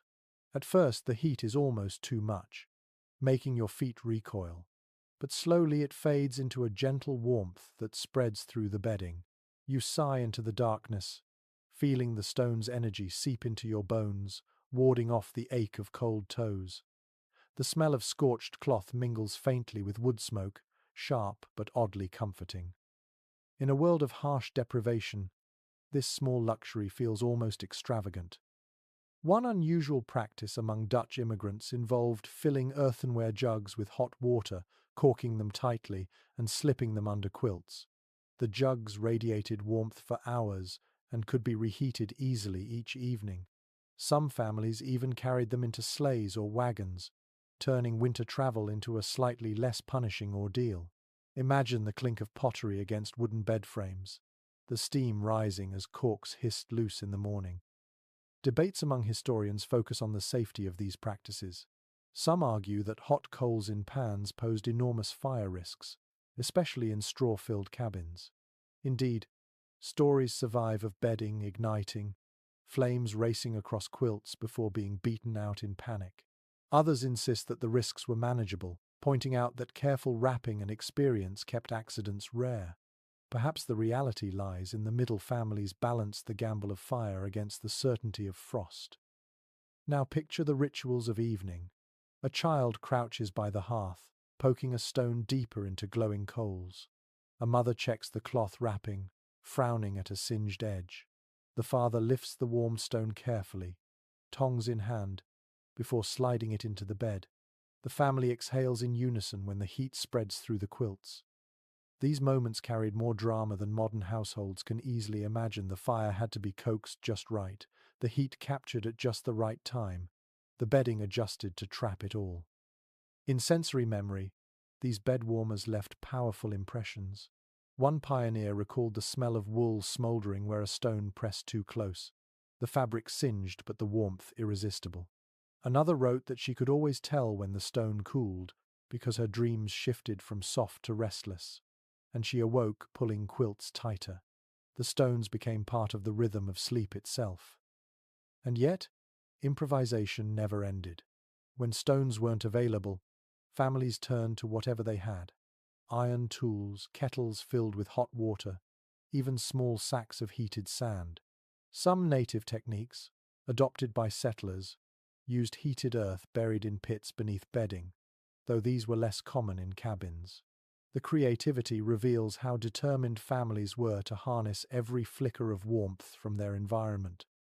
Children often treasured these warm bundles like companions. Letters describe youngsters naming their heated stones, carrying them from hearth to bed like cherished toys. By morning, the stones lay cold and lifeless, but at night they seemed almost magical, glowing with the day's fire. You can almost hear a child's laughter as they clutch a wrapped brick, whispering good night before drifting into sleep. Modern echoes of this survival trick remain in the hot water bottles and electric blankets of today. But in the frontier cabin, these warmed objects weren't conveniences, they were lifelines. A single brick could mean fewer tears, fewer chills, and one more family making it through another punishing winter night. Now, as you stretch beneath the imagined quilt, feel the warmth at your feet from a stone pulled fresh from the hearth. Let it sink into your body, easing the sting of cold that nips at your nose and ears. Outside, snow heaps higher against the walls, and the wind prowls like a hungry animal. Inside, the stone radiates its borrowed heat, small but steady, carrying you just far enough toward dawn. The brick still glows warmly in your imagination, hidden under quilts like a secret ember. Yet the truth is, no matter how many stones were tucked into beds or quilts stitched together, all of it would have failed without one essential foundation. Wood. Firewood was the currency of survival. Every ember in the hearth, every stone warmed for sleep, every pot of stew simmering late into the night depended on an unbroken supply of cut and stacked logs. Without them, the frontier family faced the cold with empty hands. Accounts from the 18th and 19th centuries consistently emphasize how much time communities devoted to fuel gathering. Families didn't just chop a few logs now and then, they spent entire seasons cutting, splitting, and hauling. It is clear from farm records that a single household might require 10 to 15 cords of wood to last through a harsh winter, each cord a towering stack measuring 4 feet high, 4 feet deep, and 8 feet long. Imagine that mountain of labor, every piece carved by human muscle. One offbeat detail comes from a Vermont diary describing would-be's gatherings where neighbors worked together to cut and split logs for families who had fallen behind. These communal events were half necessity, half celebration. Axes rang through the forest as men worked side by side, while women prepared hot cider and food, children darting about to gather chips for kindling. By dusk, a yard that once looked bare now brimmed with stacked cords, and laughter echoed alongside the aching of muscles. Experts continue to disagree about whether wood shortages were common on the frontier. Some regions, thick with forests, offered what seemed like endless supply. Others, especially prairie settlements, left families desperate, hauling logs from far away or burning twisted roots and dried buffalo dung instead. Letters from Kansas and Nebraska speak bitterly of prairie winters without trees, while diaries from Maine describe wood so plentiful that cabins burned it extravagantly. Survival strategies shifted as dramatically as the landscape itself. Step into the scene with your senses. The sound of axes biting into frozen trunks echoes across a white valley. You smell the sharp resin of pine, the earthy sweetness of oak. Splinters prick your palms, and your breath clouds the air as you heave another log onto the growing stack. Your body aches, but you know that each stroke of the axe is also a stroke of insurance against the coming night. One curious practice among Appalachian families was the building of wood collars around tree stumps, stacking split logs in circular piles to season more evenly, protected from snow. Children sometimes climbed these stacks, playing games, while adults measured the piles with careful eyes. A shortfall in wood wasn't just inconvenient, it was a death sentence waiting in January's dark. Debates among scholars persist about how much of this labor fell on children. Some argue that boys as young as 6 or 7 were expected to help with kindling, while teenagers hauled logs nearly as large as themselves. Others suggest families spared younger children, assigning them lighter chores. The conflicting accounts reveal the blurred line between work and survival, where every hand, no matter how small, carried its share of the burden. Picture the rhythm of daily life. At dusk, after farm chores and meals, families often went back outside, axes swinging by lantern light. The cold bit at fingers, but the sound of chopping became its own music, steady and reassuring. Inside, the fire popped as fresh logs were stacked by the hearth, the smell of resin mixing with smoke. Everyone knew that tomorrow the cycle would begin again. Curiously, some communities developed rituals around the cutting itself. In Scandinavian immigrant families, the first log of winter was sometimes split with a prayer for protection. In New England, neighbors joked that the neatness of a woodpile revealed a man's character. Crooked stacks suggested laziness. Straight rows suggested diligence. Even children learned to read these signals, associating order with safety. Imagine the weight of responsibility pressing down on the father who glanced at his dwindling woodpile in February, snow still falling hard outside. Anxiety gnawed as he measured each stick burned. Letters describe men trudging miles through snow to borrow wood, returning with sleds groaning under the load. The relief of seeing logs stacked high again was palpable, a visible wall of defense against the icy wilderness.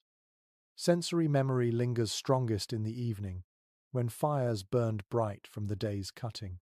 Families clustered around the hearth, cheeks flushed from heat, feet thawing after chores.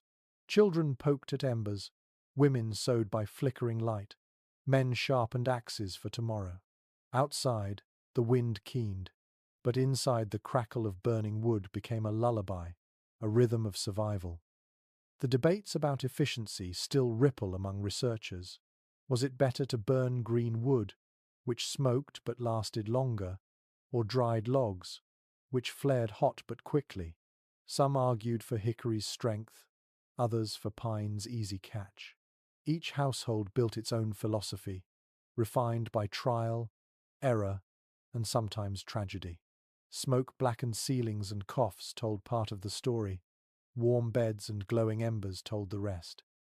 There's a poignant image in one settler's recollection, a boy falling asleep to the sound of his father splitting logs outside, the thud of axe against wood marking time as steadily as a clock. That rhythm, he wrote later, was the sound of life itself, keeping us safe through the night.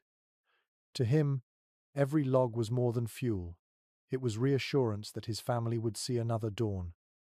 So now, as you lie under quilts in this imagined cabin, you can almost hear the echo of axes outside, the whisper of logs stacked high, the sigh of fire devouring wood. Each ember in the hearth carries with it the memory of hours of labor, of sweat in the cold, of hands blistered and healed.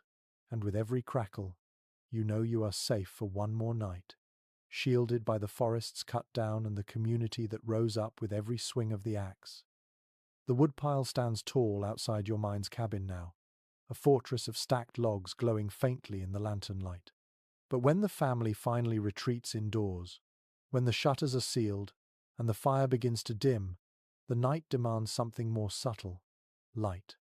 Not the bright glare of modern bulbs, but the wavering, fragile glow of candles, lanterns, and sparks. Light guided midnight steps across cold floors, comforted children who feared the dark, and offered just enough vision to stir the embers without burning the whole cabin down. It is well established in household records and trade ledgers that candles were among the most precious domestic goods on the frontier. Tallow, beeswax, or even grease pressed into molds provided short-lived flames that sputtered and smoked. Families guarded them jealously, trimming wicks with small scissors and saving every drip of wax to be melted and reformed. Fire gave warmth, but light gave safety without it. One stumble in the dark could scatter embers across straw, risking disaster. One peculiar but memorable account from a Pennsylvania settler describes the use of pine knots, resin-rich chunks of wood that flared brightly when set alight. Families used them instead of candles, propping them in iron holders to light a room. The downside was the thick smoke and shower of sparks, which stained ceilings black. Yet to the children of that household, those knots seemed magical torches that turned the cabin into a flickering cave of shadows and gold. Scholars remain divided on whether families relied more on candles or oil lamps during the harshest winters. Some argue that rendered tallow from livestock made candles the most accessible choice. Others highlight trade records showing whale oil and kerosene arriving even in remote towns, suggesting that lamps played a larger role. Perhaps the truth is that families used whatever they could obtain, improvising from week to week. Now step closer into this dim space with your senses. The room is dark except for the flame of a single candle, its light flickering across the walls, throwing shadows that shift like restless spirits. The air smells faintly of smoke and fat, a mixture that clings to hair and cloth. When you move across the room, Your own shadow looms large on the wall, stretching monstrously, then shrinking with each step. Every creak of the floorboard feels amplified in the fragile circle of light. One curious custom in some immigrant households was to assign a child the task of light keeper. Their duty was to carry the candle holder during late-night trips across the cabin, whether to the hearth, to fetch water, or to check on younger siblings. Imagine the pride of a 7-year-old clutching a lantern, eyes wide as the room bloomed with shifting light. That flicker wasn't just illumination, it was responsibility handed down early. Researchers puzzle over the balance between safety and necessity. Too little light, and a child might stumble into the fire. Too much, and the family risked burning through their limited supply of tallow before winter ended. The flickering balance shaped the rhythm of frontier nights, brief bursts of glow, followed by long stretches of darkness where families huddled under quilts, speaking softly until sleep overcame them. Picture a midnight moment. The father rises to tend the fire. He slides from beneath quilts, the cold hitting him like a slap. A lantern swings in his hand, its glass smudged with soot, flame guttering as he crosses the cabin. The sound of his steps creaks through the silence, and the faint light wakes a child, who watches him like a ghost moving through shadows. He kneels by the hearth, pokes at embers until they flare, then returns to bed, leaving the room once again to darkness. One unusual tidbit appears in letters from frontier women. Some used glowing coals themselves as light, scooping them onto iron plates to brighten a room. The glow was enough to thread a needle or mend a tear, though it filled the cabin with a smoky tang. To modern eyes it seems risky. To them it was simply another tool pressed into service. Debates still swirl among historians about whether frontier families feared the dark more than their urban counterparts. Some suggest that isolation magnified fear, with wolves howling outside and only thin shutters for protection. Others counter that frontier children grew accustomed to near-total darkness, finding it no more alarming than daylight. What seems certain is that darkness shaped their routines. Bedtime came early, work ceased once candles were gone, and long hours stretched out for sleep. Imagine the sensory tapestry of such a night. The only light in the room comes from faint embers and a candle flickering low. You can hear the wax dripping, smell the fat burning, your eyes strain to make out shapes. But soon the darkness claims the corners, pressing them into invisibility. You curl closer under quilts, aware that your world is now limited to the circle of warmth and the faint glow of fire. Everything beyond feels vast, cold, unknowable. And yet, light carried comfort as much as it carried sight. A child drifting to sleep beneath the glow of a lantern felt safer, convinced that the flame itself kept danger at bay. Parents whispered stories by firelight, their faces half illuminated, voices low and soothing. The flame became not just a tool but a companion, a flickering friend that kept the wilderness outside at bay. Curiously, some communities embraced rituals of extinguishing. Families sometimes gathered for evening prayers by candlelight, then blew out the flame together, marking the official surrender to night. Children remembered the whoosh of breath, the sudden plunge into blackness, and the way silence grew thicker afterward. That ritual gave structure to their nights, a small ceremony turning danger into routine. Now, as you rest within this imagined cabin, feel the flicker of the candle at your bedside. Watch shadows ripple across the wall. Listen to the faint hiss of tallow burning. You know the flame will soon die, leaving you in darkness. But for these last moments, it cradles you in its fragile glow, reminding you that even the smallest light can carry you through the coldest night. The candle sputters lower in its holder, shadows creeping back into every corner of the cabin. You can almost hear the hush as the room prepares for the longest stretch of night. But while families hoped for uninterrupted sleep, the reality was far more fragmented. Someone always had to rise, shake off the weight of quilts, and coax the fire back from its fading embers. Sleep on the frontier often came in shifts, broken by the unending need to guard the hearth. Records from farm diaries and household notes make plain that tending the fire was an appointed duty. One person, sometimes the father, sometimes the eldest child, was tasked with rising in the dark hours to stir coals, add logs, and make sure the flames never died completely. It wasn't optional. A hearth gone cold meant waking to frost inside the cabin, frozen water buckets, and danger pressing in from every side. Fire had to be fed like a living creature, and families organized their sleep around its hunger. A curious recollection survives from a settler in Ohio, who wrote that his mother used a brass pot lid to cover embers at night, believing it smothered flames just enough to let them glow until morning. She still rose once or twice, lifting the lid to poke the coals. Her children joked she was like a nurse checking on a patient, fussing over her sleeping fire to keep it alive. That small detail captures the tenderness with which families regarded their only source of heat. Experts continue to debate how deliberate these sleep shifts were. Some argue that households consciously divided the night into watches, ensuring someone was always half awake. Others believe the pattern was more accidental. Parents stirred when cold seeped in, children woke from coughs or dreams, and tending the fire became the natural outcome of restless nights. Either way, frontier sleep was rarely the deep, unbroken slumber we imagine today. Step closer into the sensory rhythm of such a night. You are half dreaming when a chill brushes your face. Slowly, you push free of quilts, breath puffing white in the air. The cabin is nearly silent, save for the faint tick of cooling wood. You shuffle across the floor, bare feet recoiling from the icy earth, guided only by the red glow of embers. Kneeling, you prod them with an iron poker, sparks leaping like startled fireflies. A log slides into place with a sigh, and warmth begins to bloom again. The sound of your family's breathing grows deeper as heat spreads. You return to bed, sinking back into drowsiness, satisfied you've stolen a few more hours from the cold.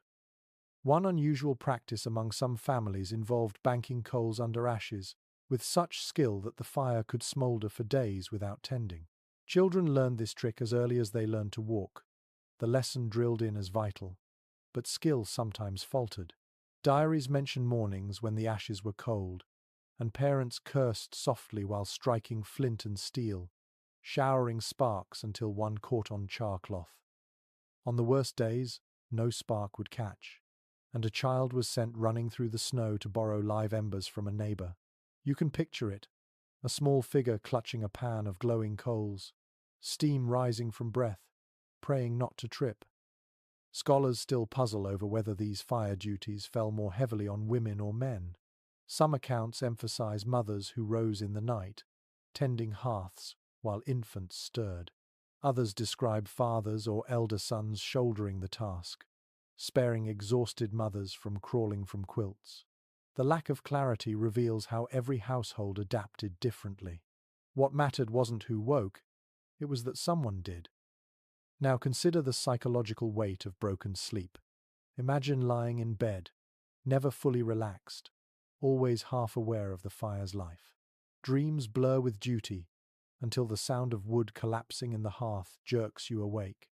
Your body aches from fatigue, but your mind insists the flames must not die. In this way, the cold reshaped even the rhythms of human rest, bending it into patterns of vigilance. One quirky anecdote tells of families turning this necessity into a game for children. Fire tending became a badge of pride, and siblings competed for the chance to rise and prove themselves responsible. Of course, once the novelty wore off, the chore was less glamorous, but the stories lingered. Adults later laughed that their first taste of adulthood came not from farm work, but from the moment they were trusted to keep embers alive at midnight. Disputes among modern researchers highlight whether such broken nights harmed health. Some argue that interrupted sleep weakened immune systems and left families more vulnerable to illness. Others point out that segmented sleep was common across cultures before modern lighting, with people naturally waking for short watches in the middle of the night. Perhaps frontier life wasn't so unusual after all, it simply pushed humanity's natural rhythms to their limits. The sensory details return as you lean closer to the fire. Ashes hiss, logs crack, smoke curls lazily upward. Your fingers sting from frost, but soon they thaw in the glow. You hear a cough from the quilts, the rustle of someone turning, then silence again. The room feels timeless, suspended between wakefulness and sleep. This is the world of the midnight watch, half shadow, half dream, entirely ruled by flame. Imagine how morning must have felt after such nights. Parents groggy, children yawning, everyone's movements slow from fractured rest. Yet the pride of keeping the fire alive carried them through. To wake with glowing coals in the hearth was to wake victorious, having wrestled warmth back from the grip of darkness.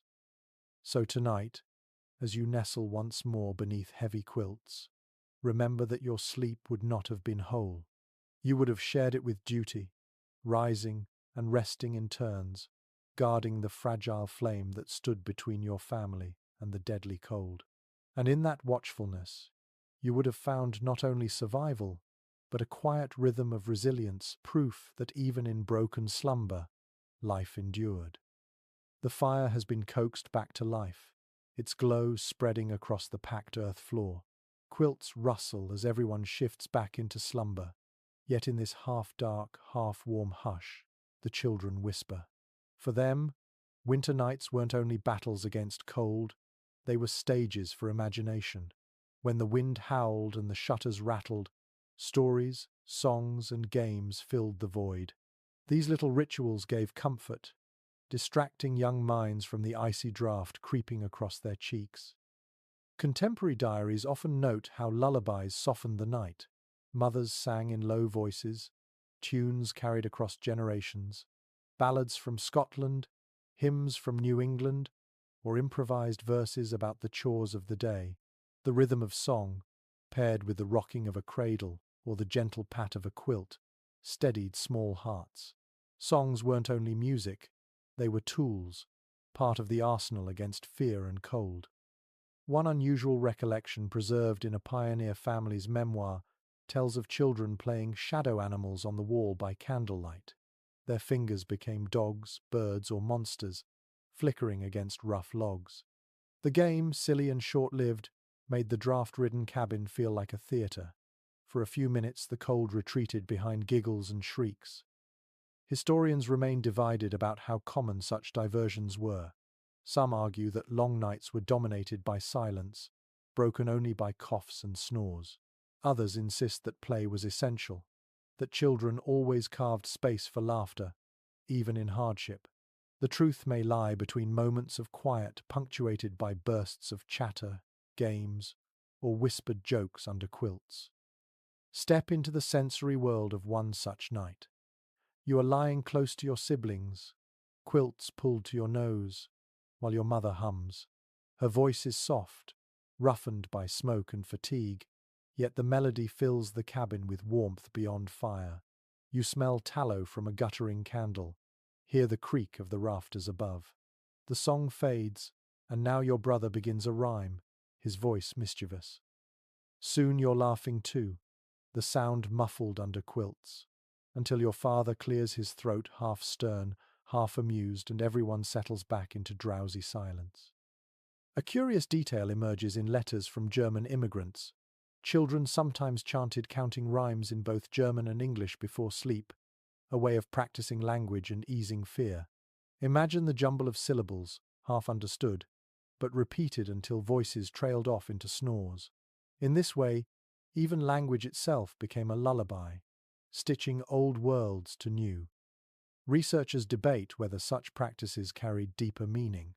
Were these lullabies and games mere distractions, or did they function as lessons, embedding moral tales or cultural identity in the quietest hours? Some argue that songs about bravery, faith, or hard work were designed to strengthen children's spirits for the hardships ahead. Others suggest they were simply improvised comforts, born of tired parents, desperate to hush restless children. The uncertainty lingers, like the echo of a song long after its final note. Now imagine the physical sensations. A child fidgets under quilts, legs kicking straw beneath. Cold toes poke against a sibling's back, provoking muffled protests. Someone sneezes, the sound loud in the stillness. Yet laughter follows, and for a brief moment, the cabin feels less like a prison of cold and more like a shared stage of life. The sound of play, even faint, carried as much warmth as the embers in the hearth. One eccentric practice described in a Kentucky homestead was a game called breath clouds. Children exhaled into the cold air above quilts, giggling as their white puffs swirled like tiny ghosts.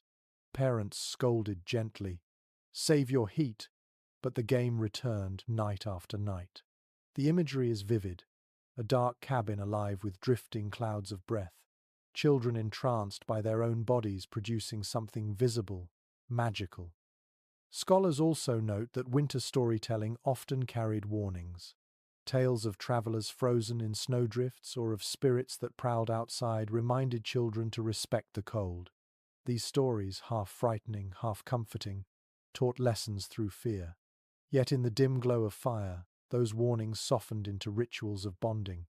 A child listening to a parent's hushed voice felt secure, even when the tale spoke of danger. Think of the sensory arc of such storytelling. The fire pops, a dog sighs at the foot of the bed, and your father begins a tale in his low, deliberate voice. Shadows stretch across the wall as he speaks. You clutch your quilt tighter, both afraid and thrilled, until drowsiness overtakes fear. By the time the story ends, your eyelids droop, and the winter night has lost some of its bite. Researchers remain intrigued by the way these practices turned hardship into memory. Adults writing decades later often described childhood winters with surprising fondness. They remembered not the cold, but the laughter, the songs, the stories whispered in dark corners. This nostalgia hints at how play and song reframed suffering, transforming survival into something children could recall with warmth.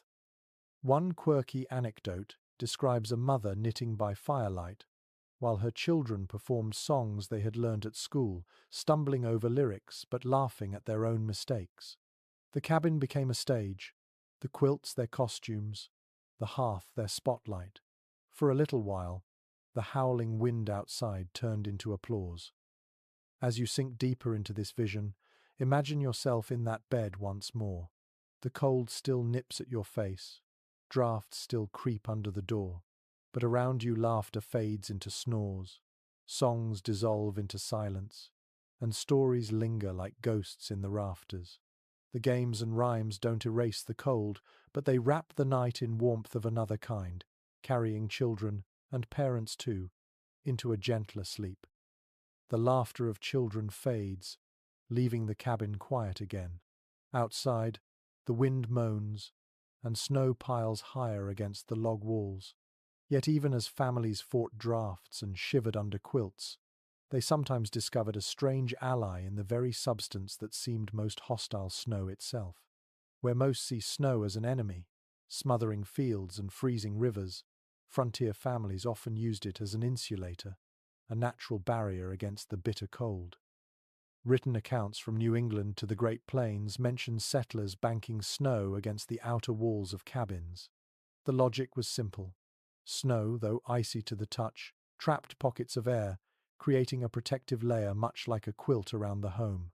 It reduced the sting of wind, muted outside noises, and even helped keep the fire's warmth from leaking away. Imagine the sight of a cabin half buried in drifts, windows peeking out like sleepy eyes under a thick blanket of white. One unusual observation from a Canadian settler's letter describes deliberately shoveling snow against the house until it reached the eaves. "We live in a cave of snow," he wrote, "but never were the warmer for it. Inside, the fire burned brighter, and the temperature held steadier than in autumn's bare-walled chill." To modern ears, it sounds paradoxical, piling frost to fight frost, but in practice it worked. Experts remain divided over how common or intentional this practice was. Some argue it was a calculated technique learned from indigenous neighbors who built snow shelters for warmth. Others insist it was simply a byproduct of winter storms, with families taking advantage of drifts that piled naturally. The lack of agreement reveals how survival blurred the line between design and adaptation. Did families engineer their snowbanks, or did they merely accept nature's gift? Perhaps both were true, depending on the household. Step into the sensory world of such a cabin. The walls are muffled, the outside sounds softened until even the howl of wolves becomes distant. Light filtering through oiled paper windows turns bluish, tinted by the snow pressed against them. Inside, the air feels stiller, less drafty, though smoke from the hearth lingers longer, trapped by the new insulation. The scent of burning wood mixes with the faint dampness of melting snow at the wall edges, a fragrance both earthy and sharp. One curious technique remembered in northern diaries involved cutting blocks of packed snow to build crude windbreaks around doorways. These makeshift walls funneled storms away from cabin entrances, preventing doors from freezing shut. Children often helped in this labor, dragging small sleds piled with icy bricks, their mittens stiff with frost.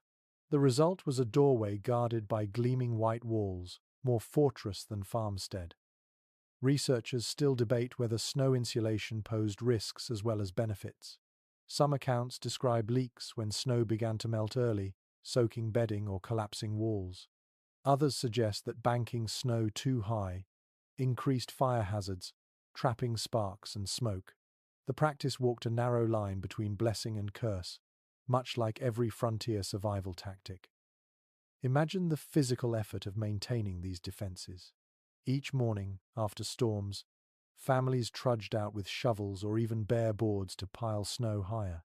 Breath steamed in the frigid air, arms ached from heaving heavy drifts, but the work continued until walls gleamed white. Children turned the labor into play, sculpting tunnels or carving initials, while parents nodded approval at the solid barrier forming. A particularly quirky recollection comes from a Minnesota homestead, where children carved windows into the snowbanks themselves, peering out through glowing blue ice. They called it their winter castle, pretending they were kings and queens defending against invisible armies. To them, the snow was less enemy than playground, transforming hardship into wonder. Scholarly debate also touches on whether indigenous practices directly inspired settlers' use of snow as insulation. Native peoples across North America had long known how to shape snow into protective structures, igloos in the Arctic, snow lodges in northern forests.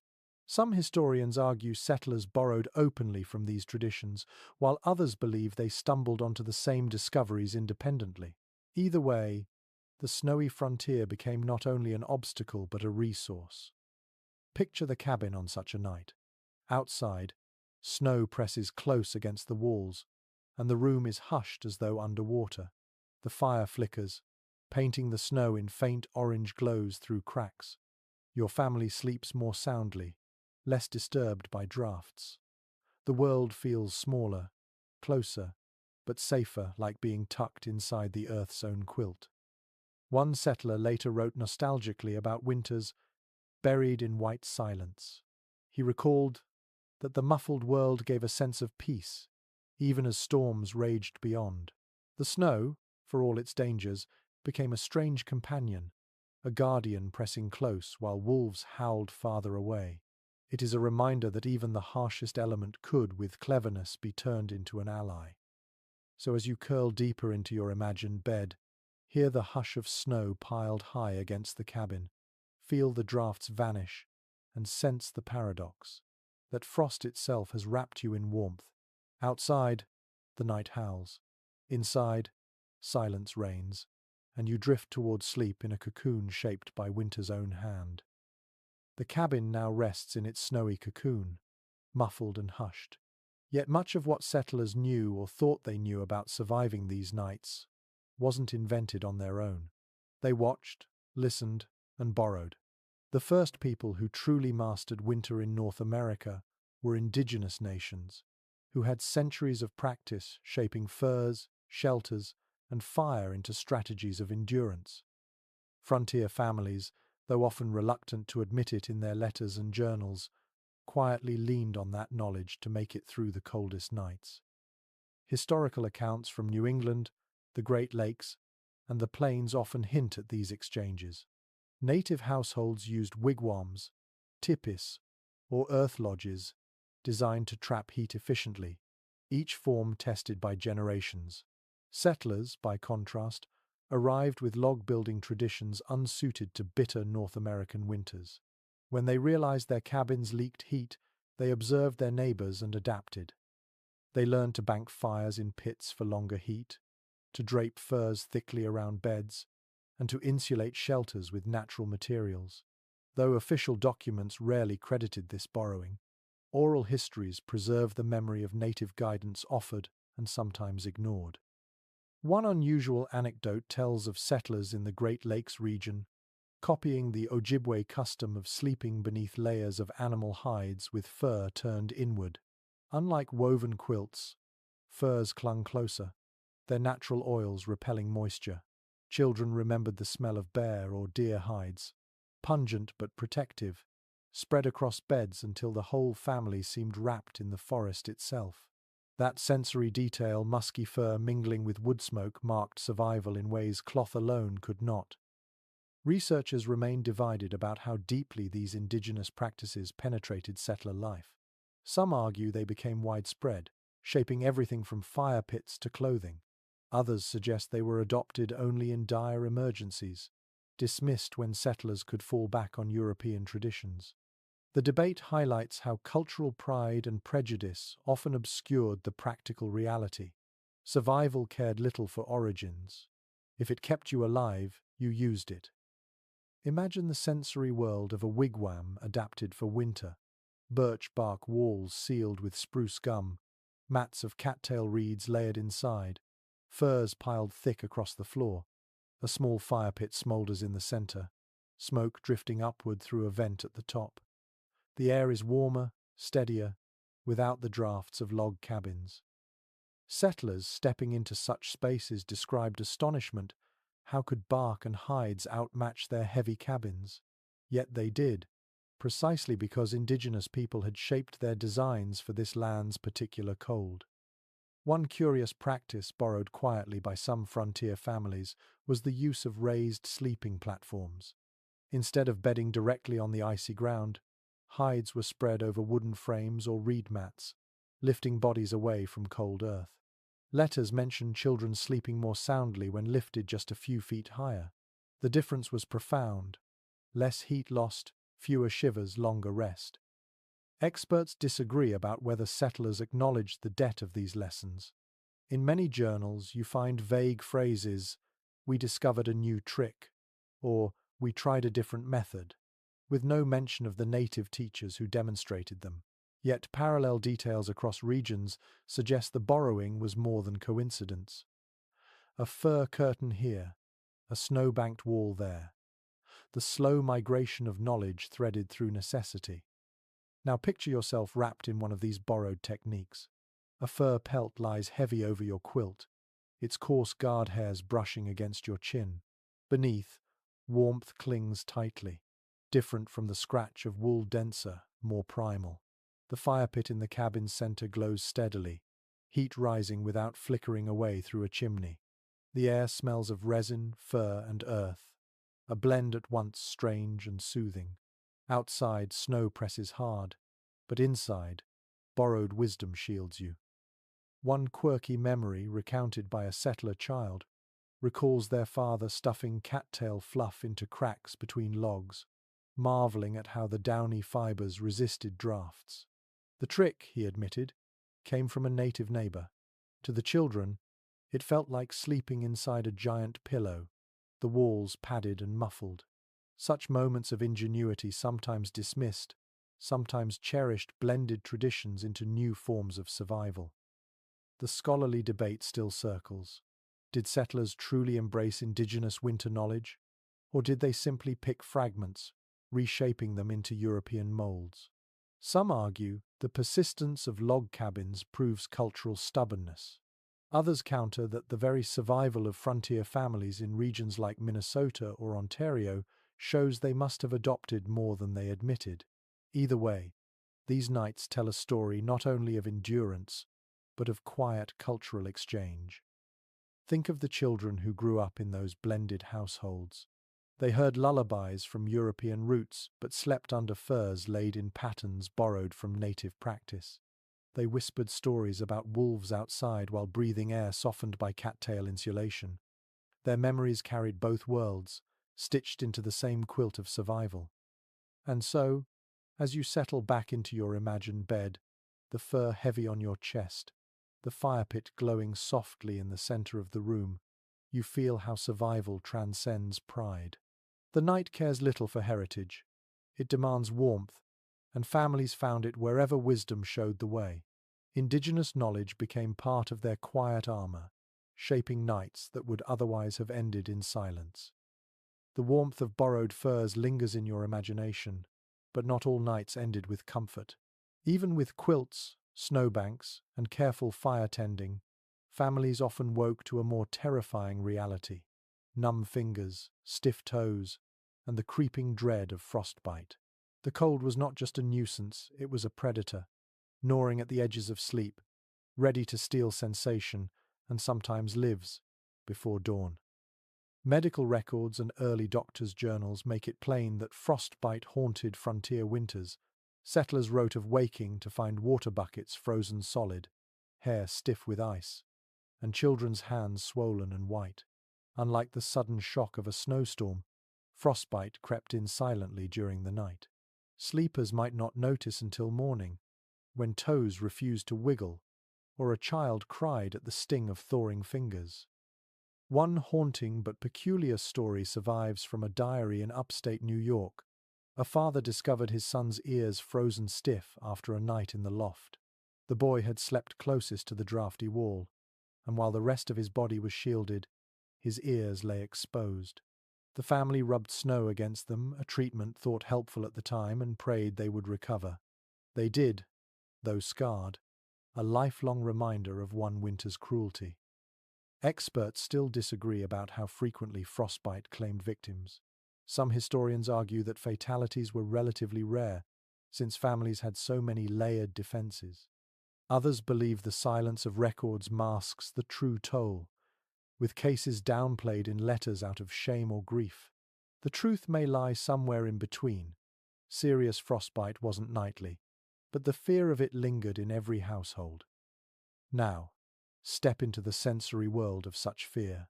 You lie beneath quilts, but cold creeps in like an intruder, brushing over your feet.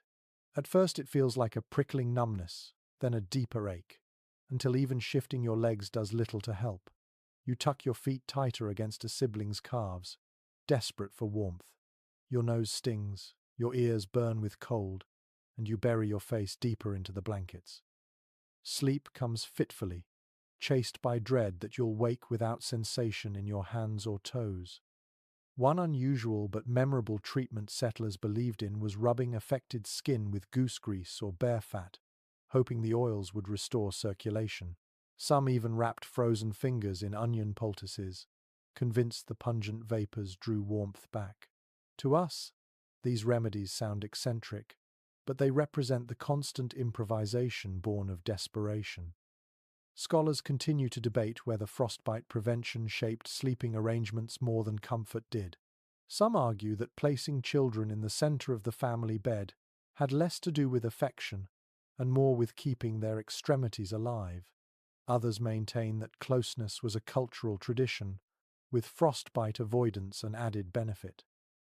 Either way, the result was the same. Children slept shielded by layers of parents and siblings, their tiny hands tucked into the crooks of arms for protection. Imagine the morning routine after a particularly harsh night. Parents rise to check each child, rubbing their fingers, pressing toes, blowing warm breath against ears. Sometimes children cry from the sharp pain of thawing, but the sound is oddly reassuring. It means blood is flowing again. On quieter mornings, when children only whimper or stay silent, parents' fear deepens, knowing frostbite might already have taken hold. A curious tidbit emerges in accounts from Scandinavian immigrants. They sometimes carried embers in small metal tins under beds to keep frost at bay. The tins radiated warmth, but also risked sparks.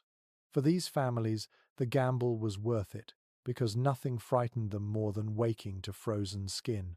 One Swedish settler bluntly wrote, "Better smoke than no fingers." Researchers remain divided on how much frostbite actually altered community life. Some believe severe cases were rare enough to be treated as cautionary tales rather than common occurrences. Others argue that scars, missing digits, and frostbitten ears were quietly common, shaping the very look of frontier communities. Perhaps the silence of records speaks less to rarity and more to resignation. It was simply part of life. The sensory impact is haunting. Imagine touching your own hand and finding it stiff, waxy, almost foreign. The sting of thawing feels like needles driving into the flesh, leaving you gasping. Children screamed, adults gritted their teeth, and neighbors whispered prayers. Frostbite wasn't just physical, it left psychological scars, reminding families of the fragility of every night. Quaint, almost comical memories sometimes softened the terror. One child recalled being told to wiggle your toes all night long, or Jack Frost will bite them off. He obeyed, turning the fear into a kind of game, fighting sleep with restless feet.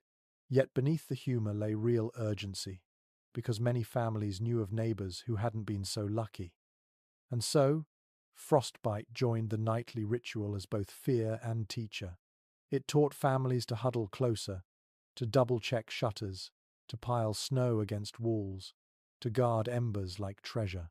It reminded them that winter was not a season to endure passively, but an adversary to battle hour by hour. Now, as you drift back into the imagined bed, pull the quilt tighter around your face, tuck your hands beneath your chest, and press your toes into the warmth of another body. Outside, the night still rages. Inside, you sleep lightly, haunted by the knowledge that the cold can steal more than comfort. It can steal pieces of you. And so you cling to every ember, every quilt, every shared breath, willing yourself to wake whole at dawn. The sting of frostbite still lingers in your imagination, but the cold carried other dangers that didn't leave visible scars. Even if toes and fingers survived the night, the lungs and chest often did not. Families on the frontier faced an endless list of winter illnesses, coughs that rattled for weeks, fevers that rose in overheated cabins, and the strange restlessness later known as cabin fever. Survival wasn't only about warmth of the body, but also resilience of the spirit. Medical notes from early physicians and midwives describe how respiratory sickness peaked during long winters. Without proper ventilation, cabins filled with smoke from damp wood, animal odors, and condensation dripping from ceilings. Children wheezed, their coughs echoing through the night, while adults felt their lungs burn with each breath. Pneumonia, bronchitis, and influenza claimed lives in numbers that frightened even hardened pioneers. One doctor from Vermont wrote bluntly, "The cold spares the body less than the fire spares the lungs."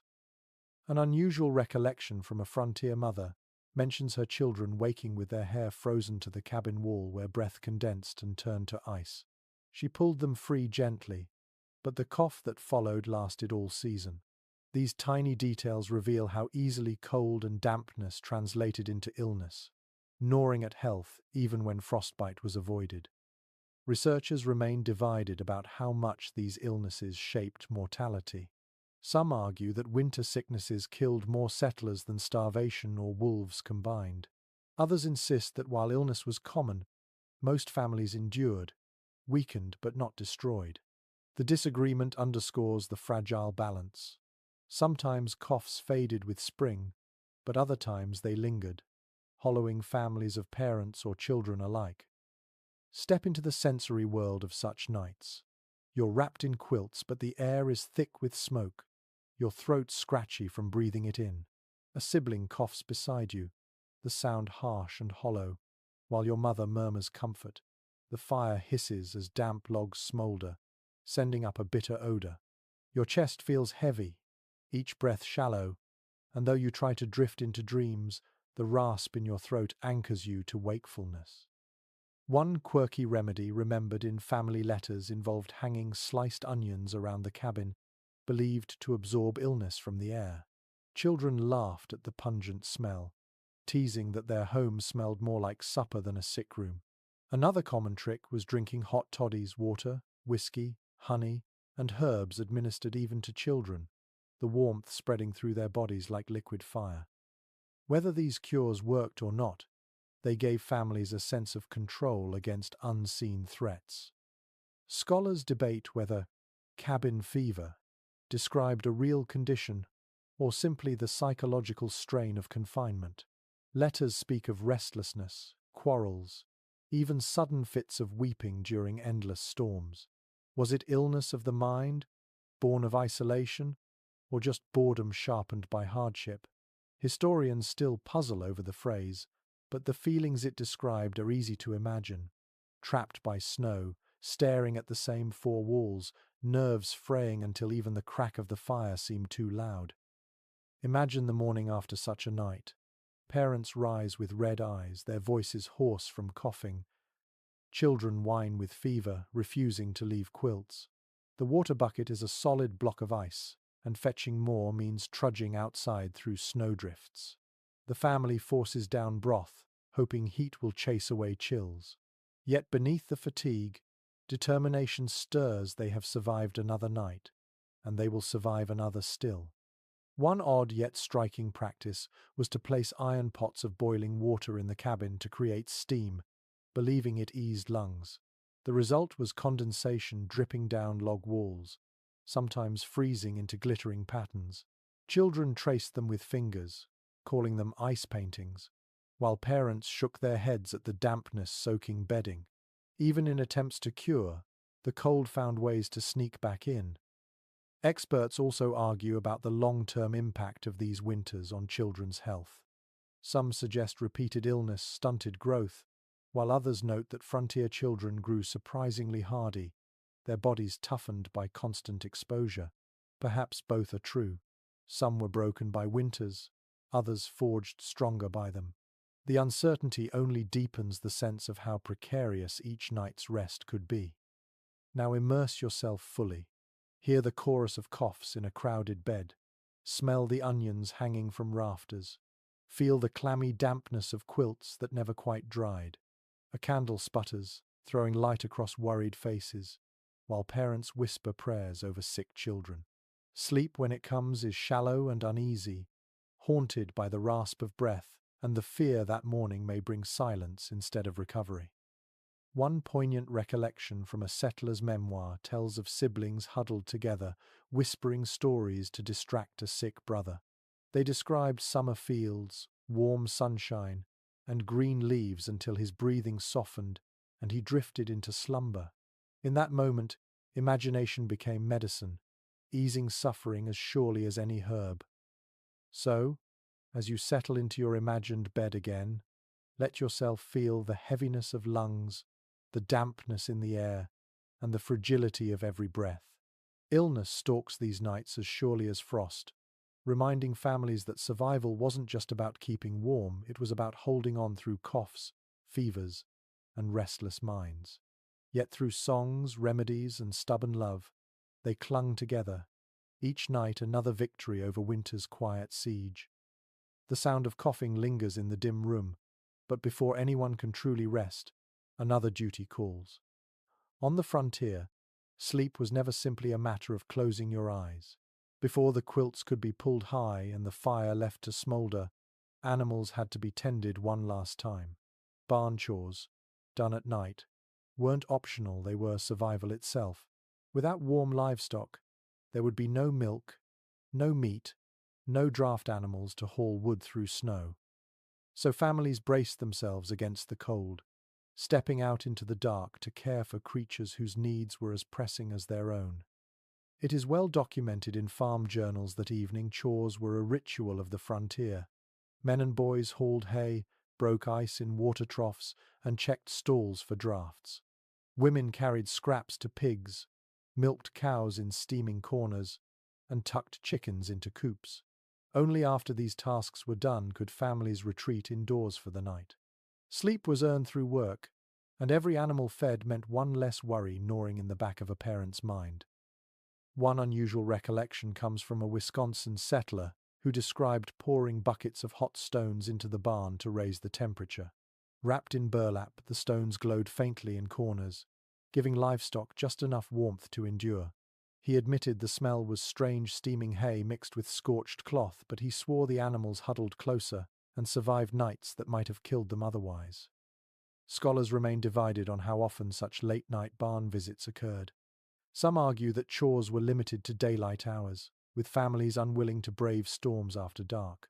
Others point to countless diaries describing lanterns swaying through snowdrifts at midnight, proof that care never paused just because the sun had set. Perhaps it depended on the severity of the winter. Mild nights allowed longer rest, while harsher ones demanded constant vigilance.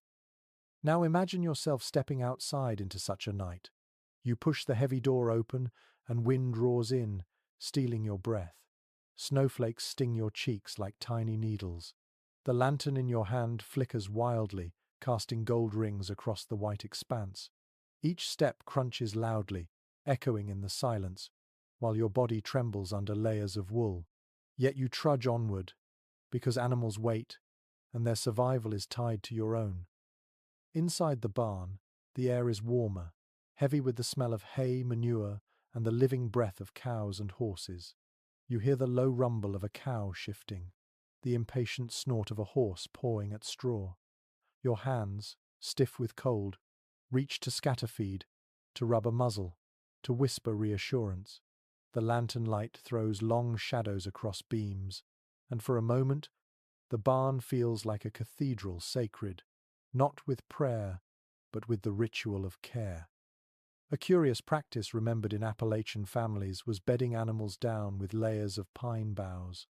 The needles gave off a sharp, clean scent, masking odors and adding insulation. Children often helped gather the branches, dragging them through snow, their mittens full of sap. Settlers joked that the animals slept in finer beds than their owners, but no one doubted the necessity.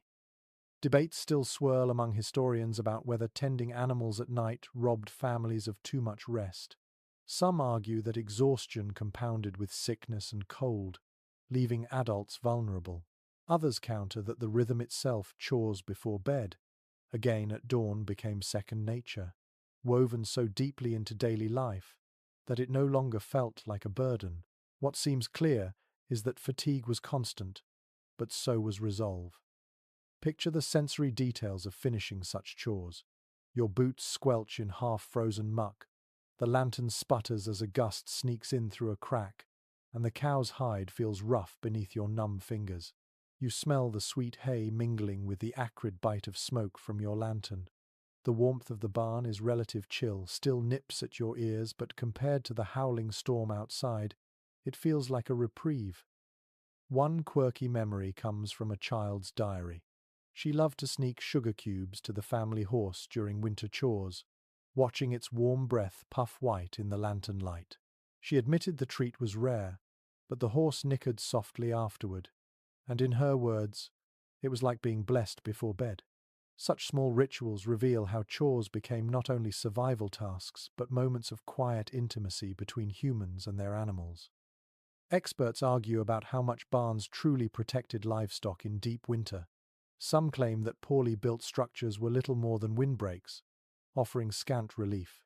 Others emphasize that even minimal shelter made the difference between life and death. Families often judged their success not only by their children's survival, but by how many animals still stood when spring thaw arrived. Now return with me to the imagined cabin.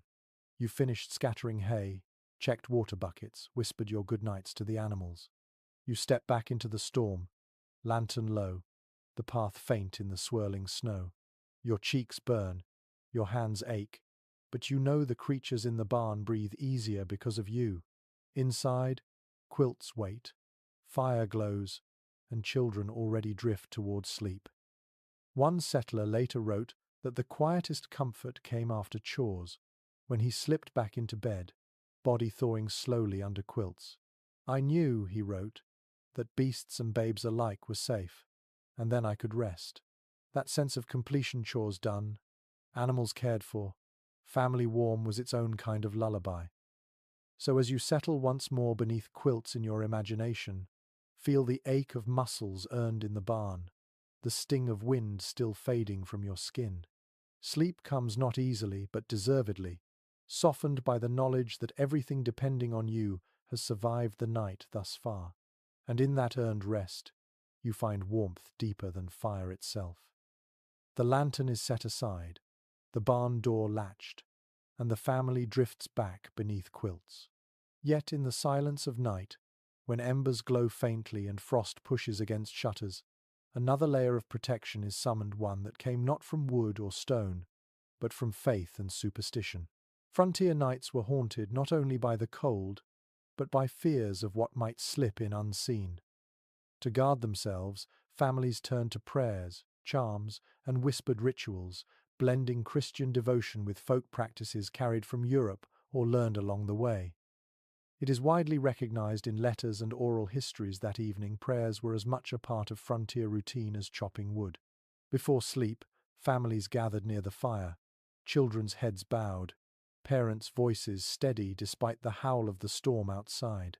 They prayed for warmth, for health, for survival until dawn. For many, these prayers were not only spiritual habits, but psychological shields against despair, helping them face nights that might otherwise feel endless. One curious recollection from a Pennsylvania homestead tells of a mother placing a Bible beneath her pillow each winter night, convinced it kept away both sickness and frost.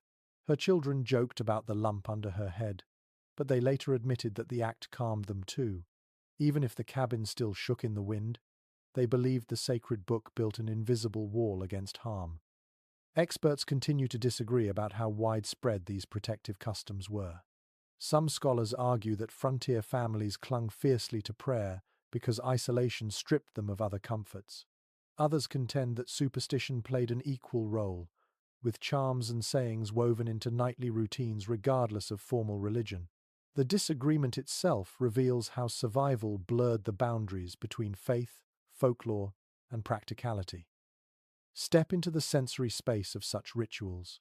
The fire crackles low, casting long shadows across the walls. A father's voice intones a psalm, steady and slow, while children fidget under quilts, their eyes catching the glow. A mother murmurs blessings over each child's head, her hands rough but gentle. Outside, the wind wails like a chorus, yet inside, the words wrap the family like an unseen quilt. You feel the shift in the air, less fear, more calm as prayers settle into silence. One unusual practice remembered in immigrant households involved hanging small bags of herbs above beds. Sage, juniper, or even garlic cloves were believed to repel illness and spirits alike. Diaries mention the sharp smell filling cabins, mingling with smoke and sweat. Children teased each other about sleeping with the garlic ghosts, but they also admitted the scent became part of winter's rhythm. Scholars debate whether these rituals held practical value or merely comforted anxious minds. Did garlic and herbs truly ease lungs in smoky cabins, or did belief itself provide relief? Did whispered blessings ward off disease, or did they simply reassure children enough to sleep? Modern researchers still puzzle over the line between medicine and magic in frontier life. Perhaps it mattered less whether charms worked than whether families believed they did. Now imagine a child clutching a small wooden cross, its surface smooth from years of fingers rubbing it before bed. Beside him, his sister whispers a rhyme taught by their grandmother, "Cold winds pass, warm hearts stay." The rhyme is nonsense, perhaps, but its cadence soothes. The cabin grows quieter, breaths slow, and even though drafts still slip through walls, the children believe they are guarded. That belief is warmth in itself. One quirky anecdote comes from a settler's letter describing how his wife sprinkled salt across the cabin threshold before storms. She insisted it kept spirits and sickness from entering. The family laughed, but no one dared question her when nights were harsh. "Better to waste salt," he wrote, "than tempt fate." The gesture became habit, folded seamlessly into nightly chores. Debates among historians also touch on how these practices connected families to their pasts. Immigrants from Germany carried tales of night spirits that froze sleepers, Irish families muttered charms against the Black Breath. On the frontier, these old fears fused with new realities, shaping rituals unique to the American wilderness. Scholars argue whether these beliefs faded quickly or lingered, but children's memories suggest they persisted at least through a generation. Consider the sensory weight of such a night. The smell of burning sage drifts through the cabin. Salt crunches faintly underfoot near the door. A candle burns low beside a Bible, wax pooling across its cover. You hear your mother's whispered blessing. Feel her hand press briefly to your forehead. The wind groans outside, but inside you are surrounded by layers both visible and invisible: quilts, furs, fire, faith. One poignant recollection tells of a father leading his children in prayer, while a neighbor's cabin burned in the distance. The family huddled in terror, yet the father's words steadied them: "The Lord is our shield." The child who recorded the memory decades later admitted he was never sure whether faith saved them, but he knew it gave them courage to endure. So, as you drift once more beneath quilts in your imagined cabin, breathe in the mingled scents of herbs, smoke, and sweat. Feel the lingering press of a blessing on your brow. Hear the low murmur of prayers weaving through the dark. Whether superstition or devotion, these rituals hold the night at bay, giving you one more layer of protection as the storm rages beyond the walls. And in that fragile shield of faith and charm, you find rest. The prayers fade into silence. The herbs sway faintly in the rafters, and for a time all is still. Yet even when the body found some warmth and the spirit some calm, the mind often refused to surrender easily. Frontier families wrestled with a subtler challenge during those long nights: sheer exhaustion tangled with anxiety. Sleep was not guaranteed. Sometimes it was broken into fragments. Sometimes it never came at all. Rest, like firewood or quilts, was another scarce resource, rationed unevenly by circumstance and nerves.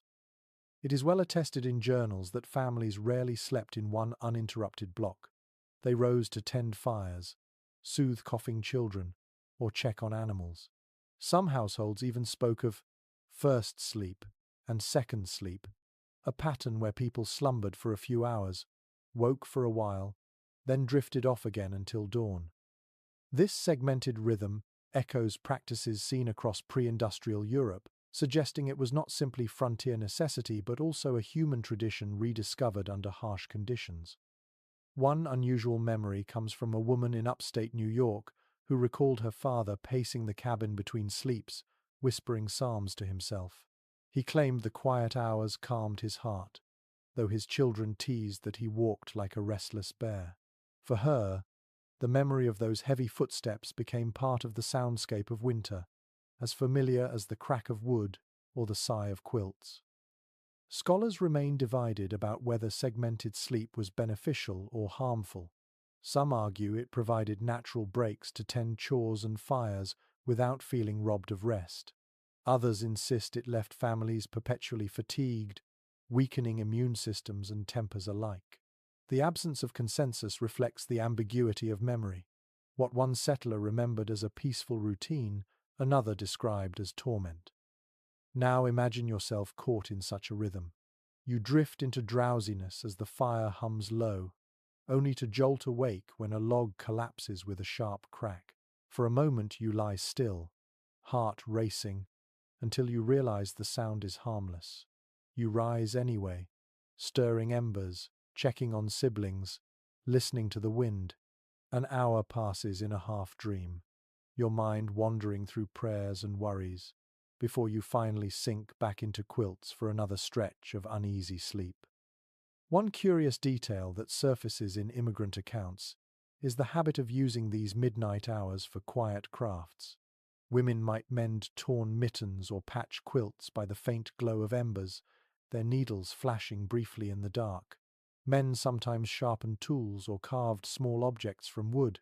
Children, if awake, whispered games or traced frost patterns on the window. These acts turned sleeplessness into productivity, softening frustration with a sense of purpose.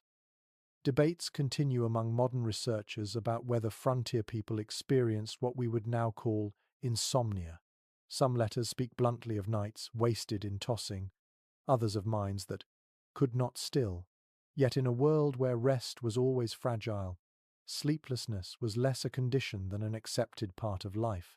The question may be less whether they slept poorly, and more how they endured despite it. Picture the sensory texture of these restless hours. The cabin is hushed, but your ears strain to every creak. The quilt weighs heavily, yet offers no true comfort. Your mind replays the day's chores, wonders about dwindling firewood, frets over a child's cough. You hear the faint scratching of mice in the walls, the groan of the wind like a warning. In the half-light, shadows on the rafters seem to shift, teasing your weary eyes. Sleep slips away, replaced by a gnawing fatigue that grows heavier even as the night stretches longer. One quirky anecdote tells of a child who invented stories about sleep thieves, imaginary creatures who crept through cracks to steal rest from the cabin. His siblings believed him so fiercely that when they woke groggy, they blamed the thieves rather than the cold. Odd as it sounds, the tale eased their frustration, turning sleeplessness into a battle of imagination instead of despair. Scholars debate whether such fragmented nights shaped family bonds. Some argue that shared wakefulness, with parents and children whispering together in the dark, created intimacy that modern households rarely experience. Others suggest it frayed tempers, with exhaustion breeding quarrels. Both outcomes likely coexisted, as variable as the weather itself, some nights sweet with murmured conversation, others bitter with snapped words. Imagine the dawn that follows a restless night. Eyes are red, movements sluggish, voices hoarse. Parents stumble through chores, children complain of aches. Yet life presses forward. Wood must be chopped, animals fed, fires tended. Rest is a luxury deferred until spring. The memory of fatigue becomes part of the season itself, another hardship folded into survival. One poignant recollection comes from a woman who admitted she remembered no specific winter mornings of rest, only a haze of weariness. Yet she also remembered the laughter that sometimes bubbled up during midnight hours, the way her father's whispered stories made the shadows less frightening. Fatigue and comfort were braided together, inseparable strands of frontier memory. So as you lie once more beneath the quilt of this imagined cabin, feel the weight of exhaustion pressing against your eyelids, yet also the stubborn alertness that refuses to fade. The night may not grant you the luxury of full rest, but it grants you moments, snatches of sleep, murmured prayers, whispered games that carry you through until morning. On the frontier, survival often meant accepting less than perfect slumber and finding strength in the fragments that remained. The weight of fatigue presses against your eyelids, yet you know another disturbance lies ahead. On the frontier, even the smallest noises, those barely noticed in daylight, became magnified at night, when families tried to rest in fragile warmth. Sleep was a battle not only against cold and coughing, but against the sounds and creatures that prowled in darkness. Mice scratching in corners, wolves howling beyond the walls, even the groan of settling logs, all these became nightly companions, sometimes amusing, sometimes terrifying. Contemporary journals speak often of vermin. Mice scuttled through straw mattresses, rats nibbled at stored food, and in winter these creatures seemed bolder, slipping close to sleeping bodies in search of crumbs. Children recalled waking to tiny feet darting across quilts, a sensation both ticklish and unnerving. Cats, when allowed indoors, became guardians of sleep as much as warmth, chasing shadows in the rafters while families whispered thanks to their prowling. One curious account from a homestead in Maine describes a mouse falling directly onto a sleeping child's face from a loft beam. The boy shrieked, waking the household, and the father grumbled as he reset traps by firelight. "Our night's rest," the mother wrote, "was as gnawed as our bread." Such details capture the constant intrusion of small lives into the fragile cocoon of human rest. Experts remain divided about how much wildlife outside truly threatened families. Some argue that wolves, though often heard, rarely approached cabins. Others point to tales of doors rattled, livestock attacked, and men keeping muskets within arm's reach. Coyotes, owls, and even bears became part of the winter soundscape. The truth may lie in the middle. Real dangers were rare, but fear magnified every sound in the silence of night. Now picture yourself lying awake beneath quilts, ears straining. The wind groans low, almost like a voice. A branch scrapes against the roof, scratching as if fingernails drag across the logs. Somewhere outside, a wolf howls long, mournful, rising into the sky. A child buries their head against a sibling's shoulder, convinced the creature is just beyond the shutter. Even though you know the walls hold, your heart beats faster, every sound sharpening the darkness. One unusual detail noted in Scandinavian immigrant letters was the belief that certain bird calls at night foretold misfortune. Owls hooting near cabins were thought to signal sickness or death. Families sometimes clapped or threw embers at shutters to scare them away. Imagine the surreal scene. A tired father stepping into the night to wave a burning stick at an unseen bird, hoping to hush its omen. Laden cry so his children could sleep. Scholars debate whether these fears were born of superstition or of genuine survival instincts. Did families exaggerate animal threats to teach children caution, or were wolves and bears truly bold in winters of scarce food? The evidence is mixed, but the effect is undeniable. Nights were filled with tension, each creak of wood and howl of wind, a reminder of how thin the barrier between human and wilderness truly was. Inside, sounds multiplied too. Rafters popped as frost tightened, and families sometimes mistook the noise for intruders. One settler remembered his father leaping from bed with a musket, only to laugh sheepishly when the noise proved to be a log shifting in the fire. Yet the fear lingered, and children carried those memories for decades, retelling them with both dread and humor. The sensory palette of such nights is rich. Imagine the crackle of fire, the rustle of straw beneath your mattress, the faint gnaw of mice in the pantry. Over all of it, the breath of your family rises and falls like a tide. Then comes the sudden howl, the crash of snow sliding from the roof, the patter of tiny claws across the rafters. Each sound jolts you from drowsiness, and sleep returns only slowly, if at all. One quirky anecdote tells of a family who named the noises in their cabin to make them less frightening. The popping rafters were old bones, the scratching mice were little shoes, and the howl outside was the singing dog. Children laughed at these names, and when they woke to the noises, they whispered them instead of crying. By transforming fear into play, the family softened the edge of nightly disturbances. Debates among modern historians question whether such noise-filled nights shaped frontier resilience. Some suggest the constant interruptions trained families to live with vigilance, attuned to every sound. Others argue it simply eroded rest, leaving bodies weaker and tempers shorter.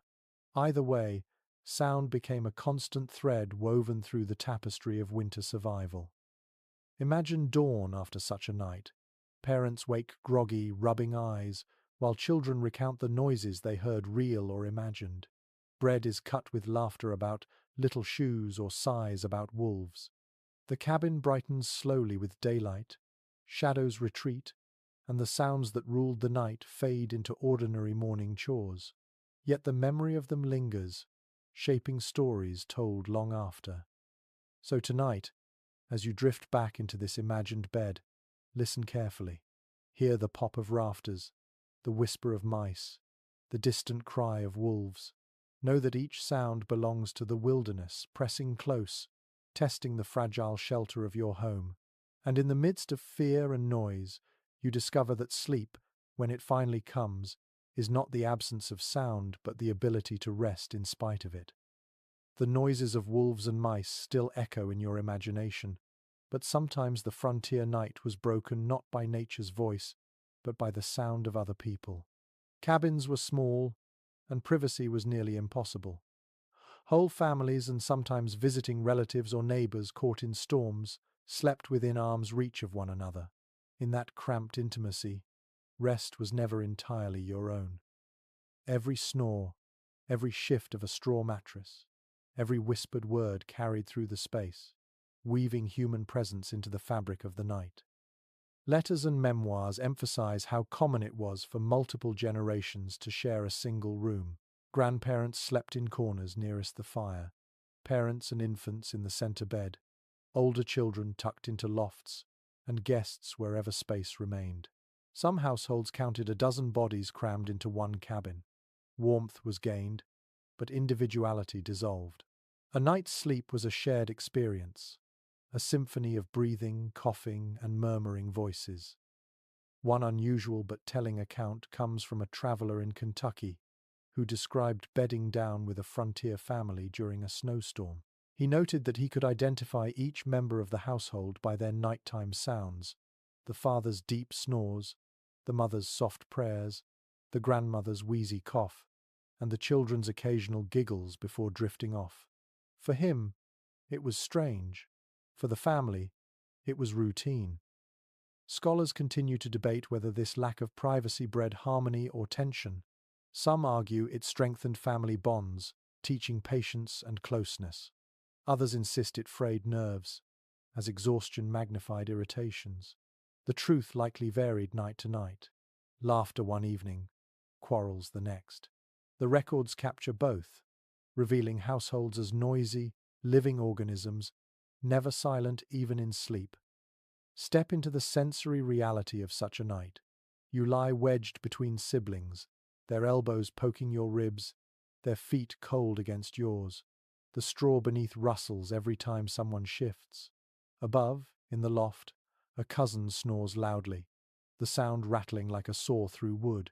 Your grandmother mutters in her dreams, half words drifting through the dark.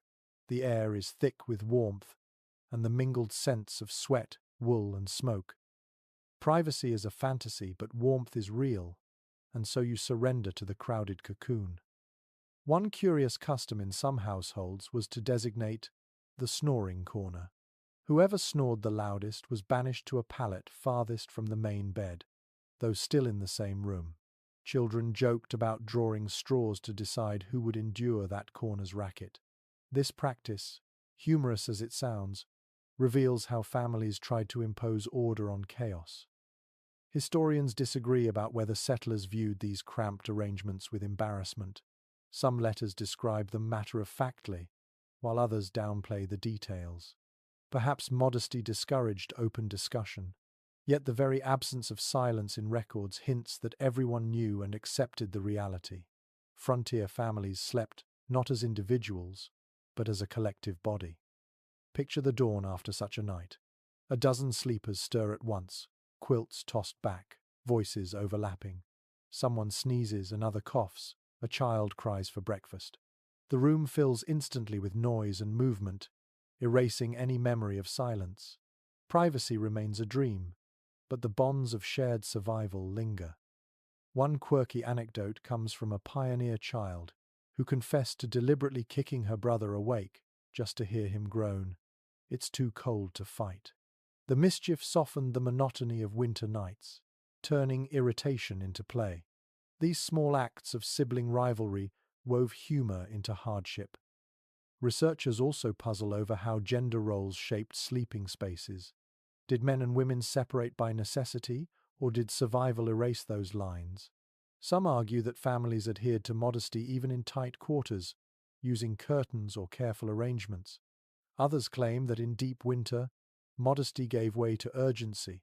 Warmth mattered more than custom. Evidence remains mixed, but the question underscores how survival reshaped even cultural norms. Now imagine yourself drifting off amid this symphony. Snores rumble, coughs punctuate, whispers float across the room. You shift, uncomfortable yet oddly comforted, knowing every sound is proof of life. The closeness feels suffocating at times, but it also means no one is alone. Each breath reinforces that survival is not solitary, it is shared. One poignant recollection from a settler's memoir captures this truth. She wrote, "Though we quarreled, though we groaned, I loved the sound of my family breathing beside me. Silence meant death, and so I was glad for the noise." Her words remind us that irritation and gratitude often coexisted in equal measure. So as you sink once more beneath quilts in your imagined cabin, let the chorus of snores, coughs, and murmured dreams fill your ears. It is not peace in the modern sense, but it is reassurance. You are part of a living whole, tangled in warmth and noise, carried together through the long winter night. The snoring fades into the rhythm of breathing, the cabin thick with warmth and noise. But rest was never just about comfort. It was also about vigilance. For frontier families, danger wasn't only in drafts or frostbite, it was in the fear that fire might leap from the hearth, or that raiders, thieves, or desperate travelers might arrive at the door. Sleep carried with it a fragile tension. How deeply could you rest when you knew the world outside, and sometimes even the world within, could shift without warning? It is widely documented in journals that firearms often lay close to the hearth or bedside. Muskets leaned against walls, powder horns within reach, as much a part of the bedroom as quilts and pillows. Families accustomed to isolation knew that an unlatched door or an inattentive night could end in loss of animals, supplies, or even lives. Even in the stillness of winter, when snow buried trails, unease never fully vanished. One unusual recollection comes from a settler in Illinois, who described waking to the sound of scratching at the door. His father leapt from bed, musket in hand, heart pounding. The intruder turned out to be a neighbor's half-starved dog, yet the memory stayed vivid, the feeling of being hunted, even in the supposed safety of sleep. "We dreamed with one ear open," he later wrote, "and with powder close at hand." Scholars continue to debate how much actual violence intruded into nightly life. Some argue that raids and theft were exaggerated fears, fueled by stories and memory. Others insist they were real enough, citing letters of stolen livestock and burned barns. The truth likely varied region to region. Some cabins faced little more than restless animals, while others stood in contested land where every sound outside carried genuine menace. Now place yourself in such a night. You lie beneath quilts, the fire dim, when a creak echoes from the shutter. Your eyes fly open, heart racing. The sound could be a branch swaying, or it could be a stranger. You grip the quilt tighter, listening, every breath in the cabin suddenly sharper. The musket leans close, its wooden stock gleaming faintly in firelight. You hope you never need it, but you draw comfort from its presence. Only when silence stretches long again do your eyelids drift closed, uneasy but resigned. One curious practice among some German immigrant households was the use of iron bars across doors, wedged firmly each night. Children remembered the loud scrape of bar against wood, a sound that meant safety. When the bar was set, one memoir notes, "I felt I could sleep." That small ritual, repeated daily, became part of the lullaby of frontier nights. Debates among researchers also touch on how communities shared the burden of vigilance. Did families feel truly alone, or did they rely on neighbors for reassurance? Some evidence suggests that households sometimes rotated night watches when threats loomed, particularly during conflicts. Others argue that isolation left each cabin to fend for itself, a solitary fortress in a vast, cold wilderness. Consider the sensory detail of vigilance.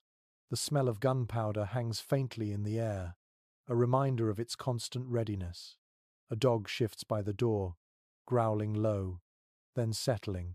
The wind howls, rattling shutters like hands shaking a lock. Your mind flickers between drowsiness and alertness, between the comfort of warmth and the fear of intrusion. The body longs for rest, but the mind refuses complete surrender.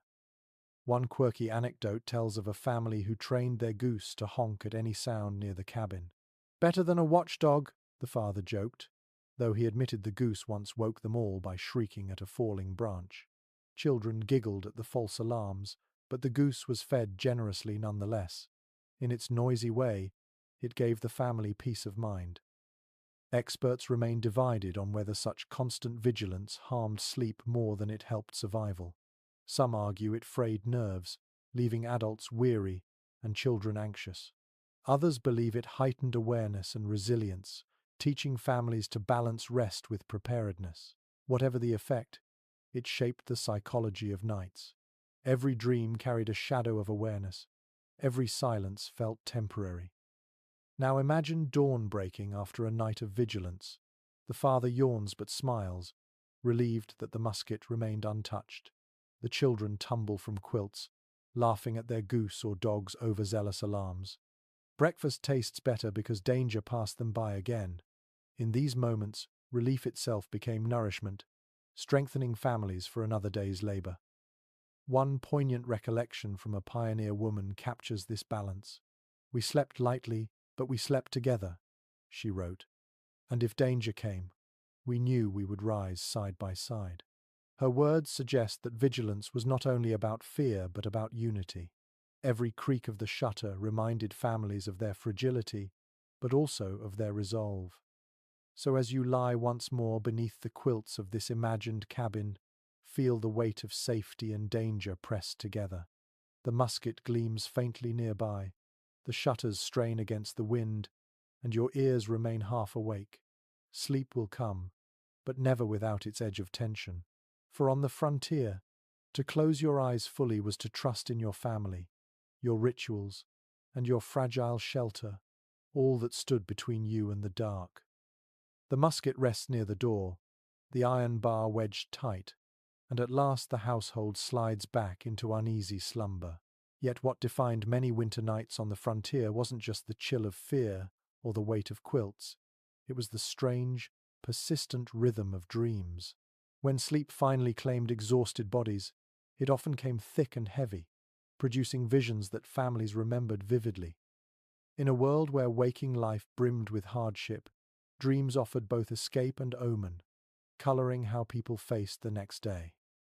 Accounts in letters and diaries frequently remark on the intensity of winter dreams. Perhaps it was the segmented sleep, perhaps the combination of smoky air and heavy meals, or simply the mind's attempt to soothe itself in darkness. Whatever the cause, frontier people spoke of dreams with unusual seriousness. They were not idle fancies but messages, sometimes divine, sometimes sinister, that shaped behavior long after dawn. One curious anecdote comes from a homesteader in Ohio who wrote that his wife dreamed of a field of green wheat in the dead of January. She woke convinced spring would come early, and the family planned their planting accordingly. Though spring proved late, the dream lingered as a kind of talisman, a story retold to neighbors with equal parts hope and amusement. Scholars remain divided about whether frontier people interpreted dreams primarily through religion or through folk tradition. Some argue that biblical imagery dominated, with visions seen as warnings or comforts from God. Others point to the persistence of old-world superstitions, dreams of water foretelling sickness, dreams of animals predicting weather. The truth likely wove both threads together, producing a tapestry of belief where sacred and superstitious coexisted without conflict. Step into the sensory fabric of such a dream-heavy night. You drift into slumber after hours of cold vigilance. The quilt is heavy, the fire dim, your body aching. Suddenly, you walk through a meadow in full bloom, sunlight warm against your face. You hear bees, smell fresh hay, feel grass beneath your bare feet. For a few blissful minutes, you escape the snow pressing against your cabin walls. Then you stir awake, nose numb, breath misting in the frigid air, and the shock of contrast makes the dream feel sharper, more precious. One unusual custom remembered in immigrant households was to share dreams aloud at breakfast. Families recited their visions between bites of porridge, interpreting omens and laughing at odd details. Children competed to tell the strangest tales, flying pigs, rivers of honey, while parents sought patterns in images of storms or fires. These morning rituals gave meaning to rest that was otherwise fragmented and shallow. Researchers debate whether dreams served a therapeutic role in these households. Some argue they provided relief, allowing people to process fear and longing in symbolic form. Others suggest they deepened anxiety, especially when interpreted as warnings. What cannot be denied is that dreams filled conversations, turning invisible nights into tangible stories. Imagine the sensory strangeness of waking from one of these visions. The warmth of a dream lingers in your body, but the cabin is cold, your breath sharp. You blink at shadows, half convinced the dream still surrounds you. A sibling stirs and mutters, pulling you back into reality. Yet all day, as you chop wood or fetch water, the dream hovers like a phantom, as real in memory as the frost beneath your boots. One quirky recollection from a Minnesota child tells of her father dreaming of wolves each night for a week. Convinced it was an omen, he built higher pens for the livestock. No wolves came, but the dream reshaped his labor nonetheless. In this way, the unconscious mind sometimes dictated the rhythms of daylight chores. Scholars still argue whether such vivid dreaming was heightened by diet and environment. Did heavy stews and scarce vegetables alter sleep chemistry? Did smoke-filled cabins and irregular sleep cycles intensify REM cycles? The science remains speculative, but the testimonies are consistent. Frontier dreams were memorable, sometimes frightening, often oddly beautiful. Consider the layered texture of a family recounting them in the morning. Children chatter excitedly, mimicking their dream animals. Parents exchange glances, half believing, half dismissing, yet still noting what was said. Grandparents mutter about old sayings. A fish in dreams means illness. A stranger means news. The conversation blends belief, skepticism, and humor, making dreams a communal property rather than a private secret. One poignant story survives from a widow who dreamed of her late husband on a bitter winter night. She described him standing at the hearth, smiling silently. The dream gave her such comfort that she awoke convinced he had visited to reassure her. "I slept warmer after," she wrote. In this, we glimpse how dreams softened grief, transforming loss into presence. So, as you return once more to your imagined bed, feel the heaviness of quilts pressing you down into sleep. Hear the faint sigh of embers, the breath of family around you. Then drift into visions, fields of summer, voices of loved ones, animals prowling just beyond reach. On the frontier, such dreams weren't just fleeting illusions. They were part of survival, a second world where the cold could not intrude, where even for a few hours, hope bloomed like spring in the heart of winter. The warmth of dreams lingers faintly, but dawn has not yet come. The cabin is still, the fire low, and the cold presses in again. In these hours between night and morning, food, both the memory of it and the reality of what remained in the pantry, became another element of survival. Sleep was easier when the stomach was full, but winter scarcity meant families often drifted into slumber on little more than broth or scraps. Hunger was another silent companion beneath the quilts, and it shaped how frontier households endured their nights. Farm journals and family letters frequently mention the strain of rationing. Cornmeal, dried beans, and salted pork were staples, yet by January, supplies ran thin. A family might eat just enough to keep moving during the day, then settle into bed with hunger gnawing at their bellies. Some parents confessed to sending children to sleep early, hoping slumber would muffle their complaints. Others described stretching small meals into illusions of plenty, adding water to stew, breaking bread into thinner slices. The hearth gave warmth, but food gave strength, and when both were scarce, nights felt endless. One unusual but telling anecdote comes from a Missouri settler who recalled her mother slipping a hot potato into each child's hand before bed. The potato warmed their fingers, then doubled as a midnight snack if hunger stirred them awake. "We slept with supper in our palms," she wrote, "and dreamed of feasts while we nibbled." The memory captures both deprivation and ingenuity, a reminder that even small comforts could carry children through. Scholars remain divided about how severe frontier hunger truly was in winter. Some argue that households with foresight and strong harvests managed adequately. Others contend that shortages were widespread, with malnutrition common though rarely admitted in prideful letters. The lack of agreement reflects the unevenness of frontier life. One family thrived, another starved, often on neighboring farms. Now imagine the sensory reality of such a night. You lie under quilts, but your stomach growls, echoing louder in the silence. The smell of smoke teases you with memories of roasted meat, though none is left. Your mouth is dry, your limbs heavy. You press your potato closer, the warmth fading, the skin wrinkled. You nibble a corner, the taste bland but comforting, then tuck it back beneath the quilt.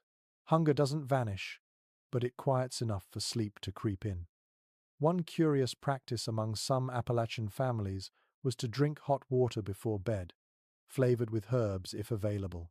The warmth filled stomachs, tricking them into satisfaction, while the steam soothed throats.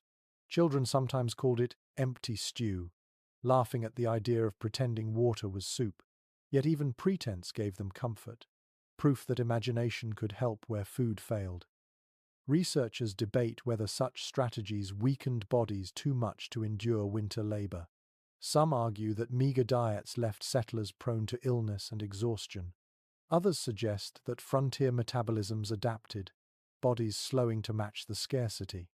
Either way, the experience shaped memory. Children grew up recalling winters defined by not just cold, but the echo of hollow bellies. Picture the dawn that followed a night of hunger. Parents rise stiffly, eyes sunken, hands trembling slightly as they prepare thin porridge. Children sip slowly, savoring each bite as if it were feast enough. The day's chores loom large, but the body has little fuel. Sleep may have brought a temporary escape, but hunger greets them again with the morning light. One quirky anecdote tells of a boy who dreamed of pies each night, describing their flavors so vividly that his siblings swore they could taste them. His dreams became a nightly entertainment, his imagination filling the gap left by empty shelves. In this way, hunger inspired a kind of shared theater, where fantasy replaced fullness, if only for a while. Historians also debate whether scarcity built community resilience. Some argue that shared hunger bonded families, teaching patience and sacrifice. Others insist it bred resentment, as siblings quarreled over unequal portions. Letters hint at both parents praising children for generosity one night, scolding them for selfishness the next. Hunger tested not only bodies but relationships, shaping the atmosphere of each long winter night. Consider the sensory layer of memory here. The smell of dried beans simmering faintly, the taste of salt clinging to pork fat, the sight of shelves emptying as weeks dragged on. In the dark, these sensations became sharper, dreams of feasts contrasting cruelly with reality. To fall asleep hungry was to drift into a world of longing, where imagination became both torment and solace. One poignant recollection from a widow's diary captures the duality. "My children dreamed of bread," she wrote, "and I prayed their dreams would fill them." Her words reveal the mingling of hope and helplessness, the way food or its absence defined not only the stomach but the spirit of those winter nights. So, as you slip once more beneath the quilts of this imagined cabin, press the thought of food close. Perhaps it's a potato in your palm, perhaps only the steam of hot water in your belly. Hunger stirs, but sleep weaves its balm, offering visions of feasts and abundance. On the frontier, dreams of plenty were often the only abundance a family could count on, and even that was enough to carry them through until spring whispered of relief. The memory of hunger lingers in your belly as you drift beneath quilts, but another rhythm shapes the night just as surely the tolling of the seasons themselves. Winter was not one endless blur of cold. It shifted subtly week by week, with changes in snow, in light, in the way families prepared for sleep.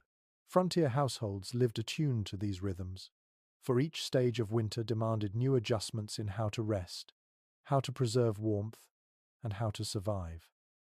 It is well established from farm records and letters that December nights, though harsh, often carried the energy of preparation. Families faced the first real storms with pantries still full, woodpiles stacked high, and spirits bolstered by recent harvests. Beds brimmed with fresh straw, quilts still thick with autumn repairs. Sleep, though cold, was softened by confidence. By January, however, provisions had begun to dwindle, and the novelty of snow gave way to weary routine. Quilts sagged, straw flattened, and firewood piles shrank ominously. By February, despair sometimes set in, with families dragging themselves through nights longer in spirit than in length. One unusual anecdote from a diary in Maine describes how children marked the passage of winter not by calendars but by their beds. In December, they slept atop straw that smelled sweet and golden. By January, the straw was dusty, itchy, and flattened, rustling little when they turned. By February, it was so broken down that they joked they were sleeping on flour instead of stalks. The changing texture of their mattress told them the season's progress better than any almanac. Scholars continue to debate how precisely families measured these shifts.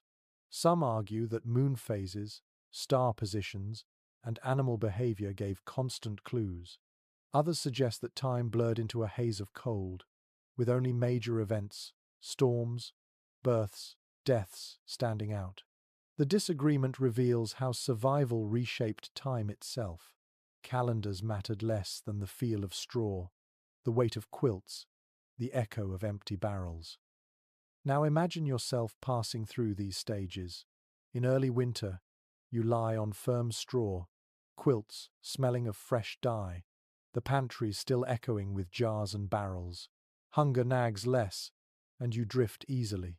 By midwinter, the straw pricks, quilts are smoke-stained, and you pull them tighter, dreaming of fresh fabric. By late winter, the straw collapses beneath you, and quilts are patched with scraps. The fire burns low, food is meager, and sleep feels heavier, tinged with desperation. One curious practice remembered in Appalachian families was the February feast, a single night when families cooked something special despite scarcity. They believed it broke the back of winter's despair. Children looked forward to it as proof that spring would eventually come.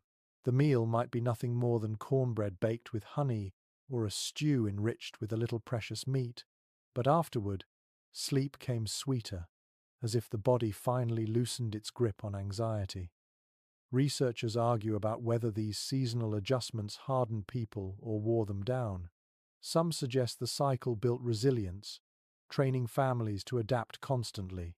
Others insist it drained hope, leaving bodies and minds brittle by March. The evidence, as always, is mixed letters of despair one year, letters of gratitude the next. The sensory differences between these stages are vivid. In December, the cabin air smells of pine from fresh logs, quilts warm quickly, and children whisper cheerfully in bed. In January, the air turns thick with smoke, the quilts are heavy with soot, and laughter fades into grumbles. In February, silence grows everyone too tired, too hungry, too worn. Even the sound of the wind feels heavier, dragging against shutters like a burden rather than a song. One quirky anecdote tells of a boy who celebrated each February by carving a notch in his bedpost, counting down until thaw. His siblings teased him, but he claimed it helped him sleep, reminding him that each night endured was another step toward spring. His notched bedpost became a private calendar, a record not of dates but of survival. Scholars also discuss how these seasonal rhythms intersected with spiritual calendars. Christmas prayers, Epiphany hymns, or Lenten fasts gave shape to otherwise indistinguishable nights. Families often recalled songs sung at these times more vividly than the cold itself. The rituals layered human meaning onto the natural cycle, turning endless winter into a sequence of milestones.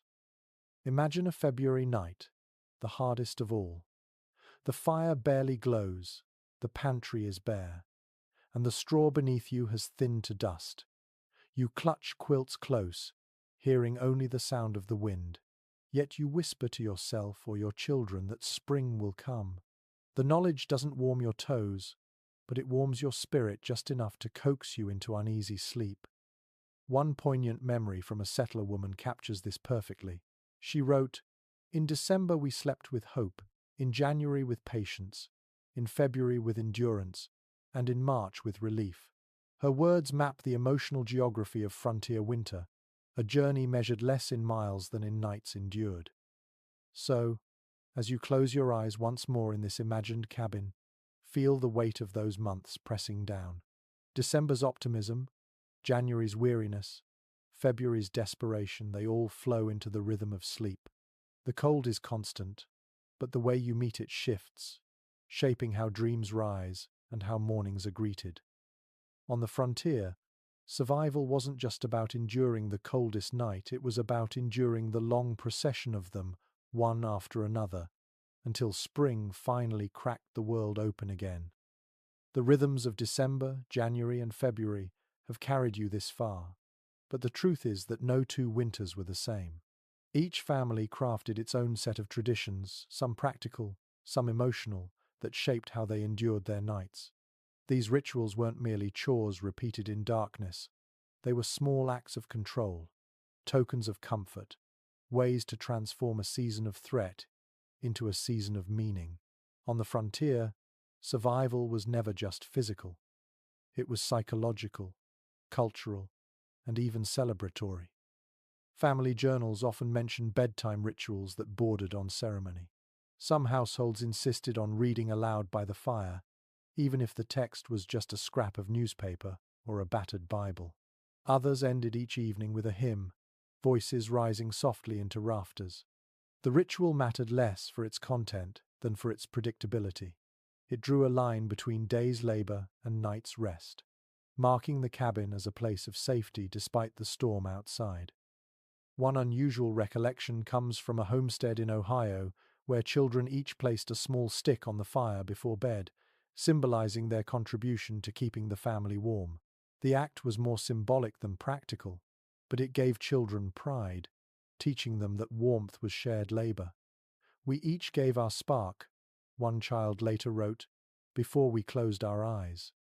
Historians remain divided about whether such rituals were widespread or limited to particularly devout or imaginative families. Some argue that the constant grind of survival left little room for ceremony. Others insist that rituals were the very thing that made survival possible, offering order and morale.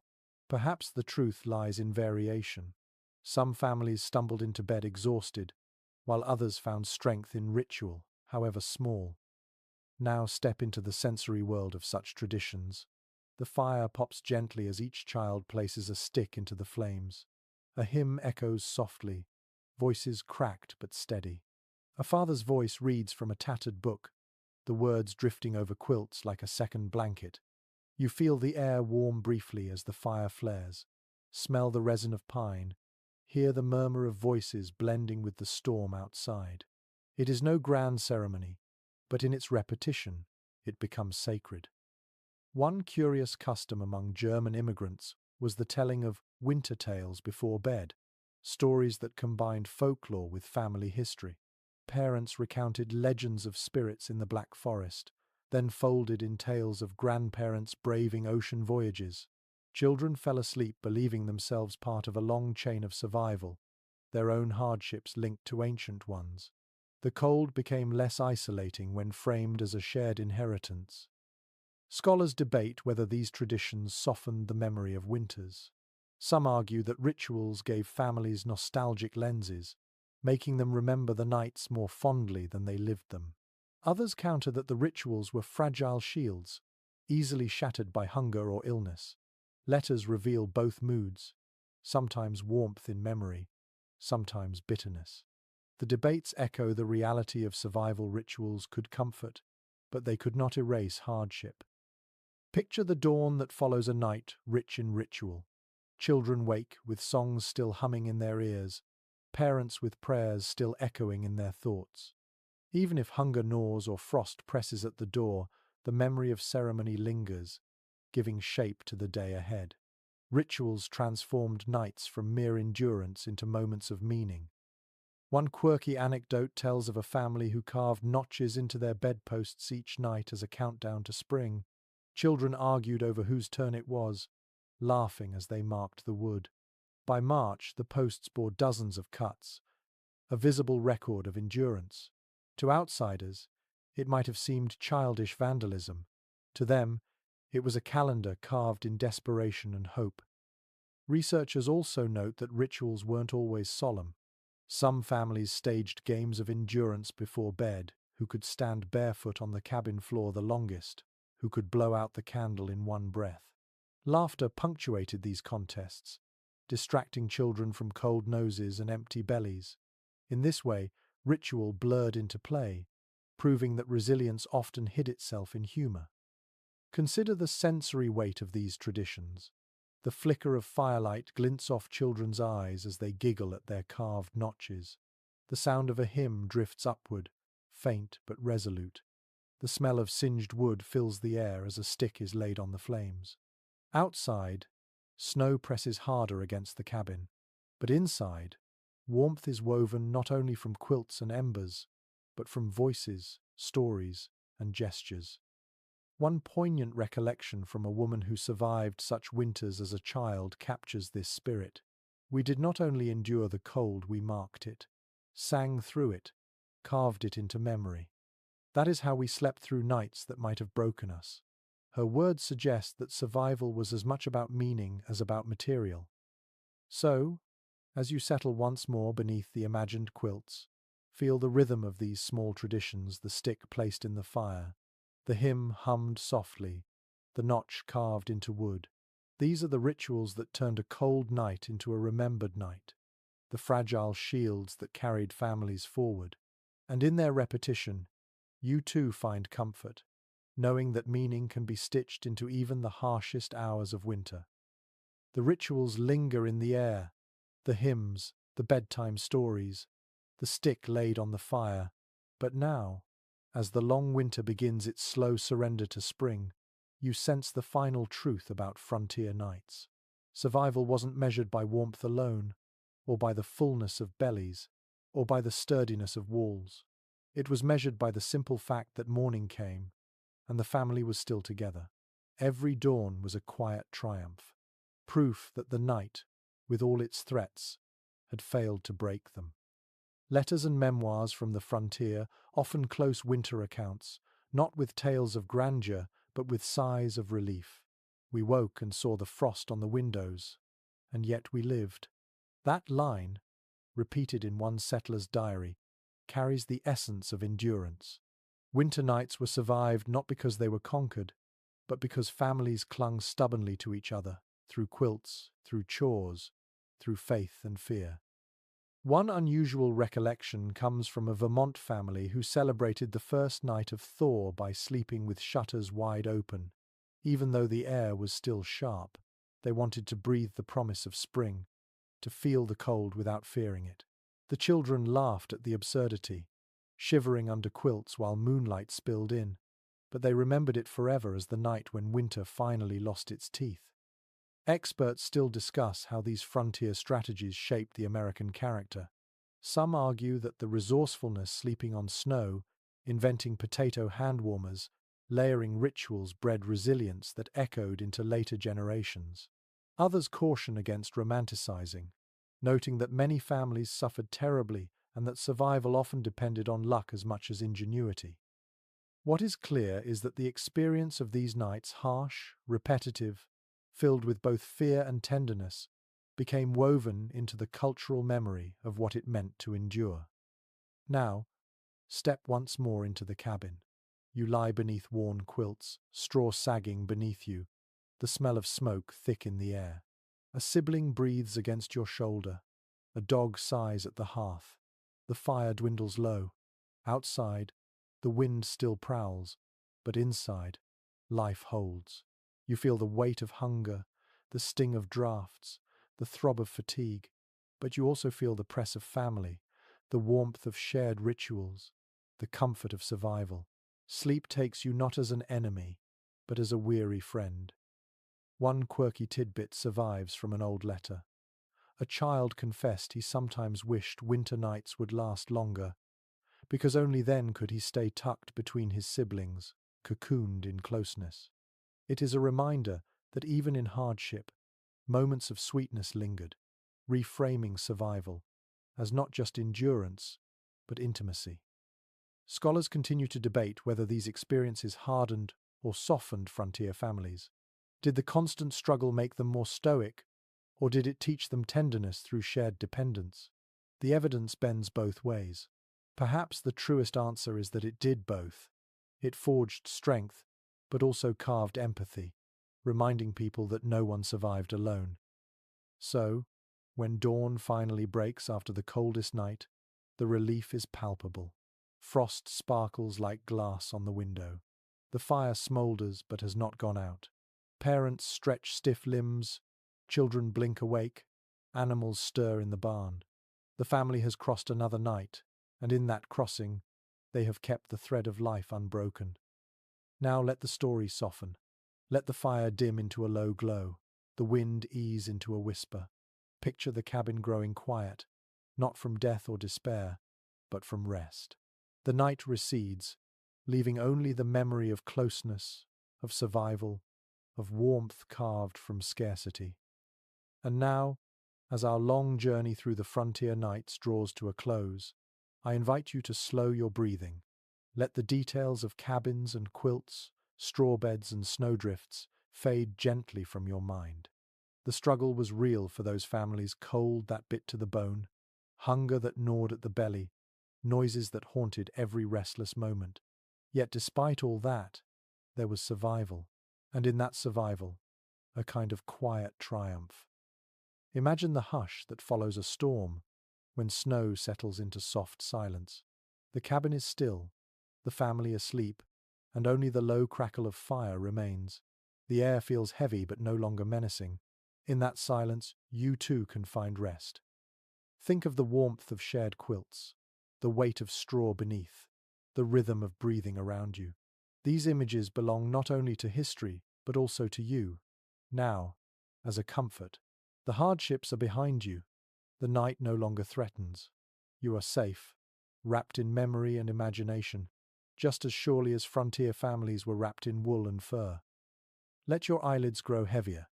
Let the wind outside soften into a distant hum. Let each breath carry you deeper, until the details blur, leaving only calm. The long winter has passed, and you have endured. Morning will come, as it always did for them, carrying light and warmth. For now, surrender to rest. Close your eyes, let the story dissolve into quiet, and allow yourself to drift gently into sleep. Sweet dreams.